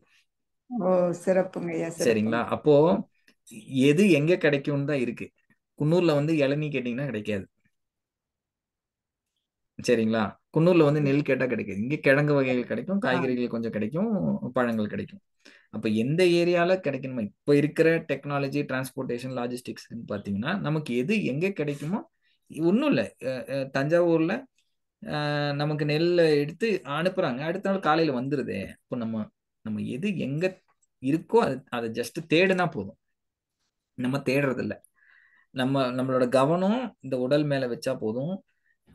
நமக்கு தேவையானது மேல கவனம் செலுத்தினா போதும். அதுக்கு கொஞ்சமா நேரம் செலவு பண்ணா போதும். நமக்கு நம்மளை தேடி எல்லா இயற்கையா விளைவிச்ச காய்கறிகள்ல இருந்து பழங்கள்ல இருந்து சிறுதானியங்கள் இருந்து அரிசி எல்லாமே வந்து சேர்ந்துடும். கொஞ்சம் அதுக்காக ஃபோக்கஸ் பண்ணா போதும். நன்றிங்க நீங்க சொல்லும் போது நன்றிங்க ஐயா. உண்மையிலே நாங்க அந்த மாதிரி தேடுறோம். ஆனா இந்த நம்ம துணி துவைக்கிறதுக்கு வீடு துடைக்கிறதுக்கு இதெல்லாம் இன்னும் நாங்க மாறாம இருக்கோம். அதையும் வந்து நாங்க மாத்திக்கணும். அதுக்கும் தேடுங்கன்னு சொல்றேன். அதுக்கும் தேடணும் ஐயா. தேடுறோம். அப்புறம் எல்லாத்துக்கும் இப்போ நான் எல்லாத்தையுமே நான் கொடுத்துட்டேன்னு வச்சுங்களேன், நீங்க தேடவே மாட்டீங்க. கரெக்டுங்க ஐயா. உண்மையாதாங்க ஐயா. அதனால தேடுங்க. ஒவ்வொருத்தருக்கும் ஒண்ணு கிடைக்கும். அதே போல இந்த பெண் பிள்ளைங்க அவங்க பயன்படுத்த நாப்கின் கூட நாங்க சொல்லிட்டு இருக்கிறோங்க. இயற்கையில நிறைய கிடைக்குது, நீங்க அதெல்லாம் யூஸ் பண்ணுங்கம்மா. அதையும் நாங்க விழிப்புணர்வு காட்டன் பேட்ஸ் கண்டிப்பா காட்டன் பேட் யூஸ் பண்ண சொல்லுங்க. ஆமா ஆமா நிச்சயமா. நன்றிங்க. நன்றி. ஐயா நீங்க இந்த ஒரு சுவை சொன்னீங்கல்ல ஐயா. இப்ப எல்லாரும் வந்து சாம்பார், ரசம், காரக்குழம்பு இது மட்டுமே ரொட்டேஷன்ல பண்ணிட்டு இருக்காங்க. விதவிதமா பண்ணணும் அப்படின்னு நீங்க ஒரு பாயிண்ட் கொடுத்தீங்க. அது எனக்கு அது புரியலங்க ஐயா. புரியலன்னா இந்த சுவை வந்துட்டு ஒவ்வொருத்தருக்கும் ஒவ்வொரு தேவை இருக்கும். உடலுக்கான தேவை இருக்கும், ஒவ்வொரு சுவையா இருக்கும். அப்போ நம்ம பொதுவா இப்ப வீட்டுல வந்து ஒரு சாம்பார் வைக்கணும் அப்படின்னா நீங்க நல்லா கவனிச்சு பாருங்க. உங்க வீட்டுல வாரத்துக்கு ஒரு மாசத்துக்கு எத்தனை வகையான உணவு வகைகளை சமைக்கிறீங்கன்னு பாருங்க. ஆனா தமிழ்நாடை பொறுத்த வரைக்கும் எத்தனை வெரைட்டிஸ் இருக்கு. இன்னைக்கு வந்து அதுதான் சொல்றேன், நம்ம தேடவே மாட்டேங்கிறோம். சிறுதானியத்துல எப்படி வந்து ஒரு சாம்பாரை வைக்கலாம், இல்ல வந்து ஒரு பொரியல் வைக்கலாம், ஒரு கீரையில எப்படி பொரியல் வைக்கலாம், ஒரு ஒரு ஒரு முளை கட்டின ஒரு சிறுதானியத்தை வந்து எப்படி வந்து நம்ம ஒரு பொரியல் வைக்கலாம், இப்படியெல்லாம் தேடி பண்ண மாட்டேங்கிறோம். அப்ப நமக்கு சுவை அப்படின்றது ரொம்ப முக்கியம். நம்ம அந்த சுவையை கவனிச்சோம்னா நம்மளுக்கு இது வேணும்ன்றத உடம்பு சொல்லிடும். கண்டிப்பா நம்ம சுவைச்ச உணவுல இருந்து தான் இந்த உடம்பு வந்து சுவையா கேட்கும். உதாரணத்துக்கு பாலே இல்லாத நாடு இருக்கு. அப்ப அவங்களுக்கு பால் கேட்காதுல்ல, கால்சியம் டெஃபிஷியன்சி இருந்தா வேற தானே கேட்கும். அந்த மாதிரி நம்ம நிறைய விஷயங்களை சுவைச்சு பழகணும். ஒருவேளை நமக்கு தெரியாமலே சுவை கேட்காமலே சில சத்துக்கள் சில உணவுகள் இருந்திருக்கலாம், அது நம்மளுக்கு கிடைக்கக்கூடிய வாய்ப்பு இருக்கும். அதனாலதான் ஒரே பேட்டர்னை ஃபாலோ பண்ணாதீங்க. இந்த ஜெயிலையும் ஹாஸ்டல்லையும் ஃபாலோ பண்ணுவாங்கல்ல, காலையில டிஃபன் டிஃபன் பார்த்தீங்கன்னா அந்த 7 நாளில் வெறும் உப்புமா இருக்கும், பொங்கல் இருக்கும், இட்லி இருக்கும், தோசை இருக்கும், சப்பாத்தி இருக்கும், அவ்வளோதான். பூரி இருக்கும். இதை விட்டால் உணவே கிடையாது. மதியம் வாரத்துக்கு ஒரு நாள் நான்வெஜ்ஜோ இருந்தால் இருக்கும், வெஜ் இருக்கிறவங்களுக்கு அதுவும் இல்லை. ஒரு ரொட்டேஷனில் ஒரு 4-5 வகை பொரியல் தான். நான் என்ன சொல்கிறேன், இன்னும் நிறைய விஷயங்கள் இருக்குது. பழங்களே எவ்வளோ பழங்கள் நீங்கள் சுவைச்சிருக்கீங்கன்னு பாருங்கள். இப்போ அந்த சுவையை சுவை தெரியணும், இந்த உடம்புக்கு சுவை இன்னும் கேட்கணும் அப்படின்னா நிறைய விஷயங்களை மாற்றி மாற்றி நம்ம சுவைச்சு சாப்பிட வேண்டியது இருக்கும் பசிக்கும் போது. நன்றிங்க ஐயா. நன்றி ஐயா. மதுமதி வாழ்க யோகான்னு வளமுடன். யாரோ இருக்காங்க. மதுமதி அம்மா, வாழ்க வளமுடன்மா. வாழ்க வளமுடன் ஐயா. ஐயா வணக்கம் எக்ஸலண்ட் சொல்லுங்க. வகுப்புங்க ஐயா. என்னையவே நிறைய கொஸ்டின் பண்ற மாதிரி திரும்பி பாக்குற மாதிரி இருந்ததுங்க ஐயா. ஐயா நீங்க இதுல 4G பத்தி ஷார்ட்டா சொல்றேன்னு சொன்னீங்களேங்க ஐயா, அது நான் லாஸ்ட் கிளாஸ் மிஸ் பண்ணிட்டேன். அது வாய்ப்பு இருக்காங்க ஐயா? 4G அப்படின்றது 4 கோல்டன் ரூல்ஸ்மா. ஓகே ஐயா. அது ஞாபகம் வச்சுக்கிறதுக்கு 4Gன்னு வச்சிருக்கோம் நம்ம. 4 தங்க விதிகள் அப்படின்னு சொல்லிட்டு, இது விதி. இது வந்து நம்ம இப்போ இயற்கை நம்மளுக்கு நிறைய இண்டிகேஷன் கொடுத்துருக்குன்னு சொன்னேன், கொடுக்கும். எந்த விஷயமா இருந்தாலும் அந்த இயற்கை நம்மளுக்கு இண்டிகேஷன் கொடுத்துட்டு இருக்கோம். அது போல இந்த உடல் இயற்கையோட ஒரு மினியேச்சர் தான் இந்த உடலுக்கு தேவையானப்போ அது நம்மளுக்கு வந்து இண்டிகேஷனாக கொடுக்கும். தொந்தரவு இருக்கும் போது கொடுக்குற இண்டிகேஷன் வேற, தேவை அப்படின்றது ஃபர்ஸ்ட். அந்த தேவையை சரியா கொடுத்தோம் அப்படின்னா தொந்தரவுகள் வராது. அப்போ அந்த சரியா கொடுக்கறதுக்கு இந்த 4 விஷயங்கள் தான்: பசி, தாகம், தூக்கம், ஓய்வு. இந்த 4 விஷயத்த மட்டும் கவனமா செய்யணும். பசிக்கு உணவு, பசிச்சா மட்டும்தான் சாப்பிடணும்னு போன வாட்டி சொல்லியிருந்தேன். பசிக்கு என்ன தேவையோ சுவையறிஞ்சு கவனிச்சு சாப்பிடுங்க போதும். தேவைக்கு தான் தண்ணி, அதாவது தாகன்ற உணர்வு வரும்போது மட்டும்தான் தண்ணி குடிக்கணும். இல்லைன்னா குடிக்கக்கூடாது, லிட்டர் கணக்கில் குடிக்கக்கூடாது. நார்மல் வாட்டர் குடிங்க. இந்த உதடுல படுற மாதிரி வச்சு குடிச்சா நல்லது, இன்னும் உட்கார்ந்து குடிச்சா இன்னும் சிறப்பு. 3வது வந்து தூக்கம். எல்லா உயிரினங்களுக்கும் தூக்கம் ரொம்ப அவசியம். முக்கியமா மனுஷங்களுக்கு இரவு தூக்கம் தான் ரொம்ப அவசியம். இரவு அப்படின்றது இரவு 9 மணி 3 மணி, 9 மணில ஆரம்பிச்சு 3 மணி வரைக்கும் ஆழ்ந்த தூக்கம் இருந்தாலே போதும். அதனால என்ன சொன்னா, தூக்கம் நல்லா இருக்கணும் அப்படின்னா இரவு உணவை மென்மையா வச்சுக்கோங்க. பசிச்சா இரவு உணவை வந்து மென்மையா வச்சுக்கோங்கன்னு சொன்னது. 9 மணிக்கு படுத்து 3 மணிக்கு மேல எப்பனாலும் எந்திரிச்சுக்கலாம். இது தூக்கத்துக்கு முக்கியமான அறிவுரை. தூங்கிதான் ஆகணும். இந்த நேரத்துல மட்டும்தான் தூங்கணும். கொஞ்சம் முன்ன பின்ன இந்த பக்கம் 8:30 மணிக்கு படுத்தாலும் பரவாயில்ல, அந்த பக்கம் 4 மணிக்கு எந்திரிச்சாலும் பரவாயில்ல, 5 மணிக்கு எந்திரிச்சாலும் பரவாயில்ல. ஆனா இந்த இரவு தூக்கம்ன்றது 9 to 3 தான் இருக்கணும். 4வது ஓய்வுங்கம்மா. ஓய்வு பல வகைகள் இருக்கு. அந்த உடல் இப்ப நான் இங்க 1 மணி நேரம் உட்காந்துருக்கேன்னா எனக்கு எந்திரிச்சு நின்னாதான் ஓய்வு. பஸ்ல ரொம்ப நேரம் நின்றுட்டு போறேன், இந்த கையை பிடிச்சிட்டு போகும்போது இந்த கையை இறக்கிட்டு இன்னொரு கையை மாத்துறோம்ல, அப்ப இந்த கைக்கு கொடுக்குற ஓய்வு அது. ரொம்ப நேரமா நின்று வகுப்பு எடுக்கிறோம், இல்ல ரொம்ப நேரமா நின்று சமைச்சிட்டு இருக்கோம், ரொம்ப நேரமா நின்று வேலை பார்த்துட்டு இருக்கோம்னா உட்கார்றது ஓய்வு. ஓடி ஆடி நல்லா களைச்சு போய் நிறைய தோட்ட வேலைலாம் பார்த்துட்டு வந்து கையை கால் நீட்டி கொஞ்ச நேரம் அசந்தா போதும், ஒரு 20 நிமிஷம் 1/2 மணி நேரம் தூங்குறது தான் ஓய்வுன்னு, அதுதான் ஓய்வு. அப்போ ஓய்வு அந்த நேரத்துல எந்த பாகத்துக்கு ஓய்வு தேவையோ அதை உடம்பு நம்மளுக்கு சொல்லும். அப்ப அந்த ஓய்வு கொடுத்தா போதுமானது. இந்த 4 விஷயம் தான் நான் சொன்னது 4G அப்படின்றது. நன்றி ஐயா. நன்றி ஐயா. வாழ்க வளமுடன். நன்றி. இவ்வளவு நேரமும் மிக ஆழமாகவும் தெளிவாகவும் அன்பர்களின் கேள்விகளுக்கு பதிலளித்த ரமேஷ் ஐயா அவர்களுக்கு நன்றிகளும் வாழ்க வளமுடன் என்ற வாழ்த்துக்களும். ரமேஷ் ஐயா அவர்கள் அருட்பேராற்றல் கருணையினால் உடல் நலம், நீலாயுள், நிறை செல்வம், உயர்ப்புகள், மெய்ஞானம் போய் வாழ்க வளமுடன், வாழ்க வளமுடன், வாழ்க வளமுடன் ஐயா. ஐயா நீங்க விரும்பின லீவ் வைக்கலாம் ஐயா. நன்றிங்கம்மா. நன்றி ஐயா. வாழ்க வளமுடன். இன்னொரு வகுப்புல சந்திப்போம். நல்லது. வணக்கம். நன்றி ஐயா. வாழ்க வளமுடன். ஐயா வாழ்க வளமுடன். எங்களுக்கு மாதம் ஒரு முறையாவது ஒரு கிளாஸ் வந்துருங்க ஐயா. முயற்சி செய்யறேன், பார்க்கலாம். நிச்சயமாங்க. நன்றிங்க ஐயா. நிச்சயமா. எனக்கு தெரிஞ்ச நான் இருக்கிற வாழ்வியல்ல என்ன முடியுமோ சாத்தியமோ அதை நான் நிச்சயமா உங்களுக்கு தரேன். ஓகேங்க. நன்றிங்க ஐயா. நல்லது. வணக்கம். வாழ்க வளமுடன்மா. வேதாத்திரிய கவி உலக நல வாழ்த்து பாடலுக்கு அன்பர்கள் ஹேண்ட் ரைஸ் பண்ணலாங்கம்மா. வாழ்க வளமுடன். உமா கோபி அம்மா வாழ்க வளமுடன்மா.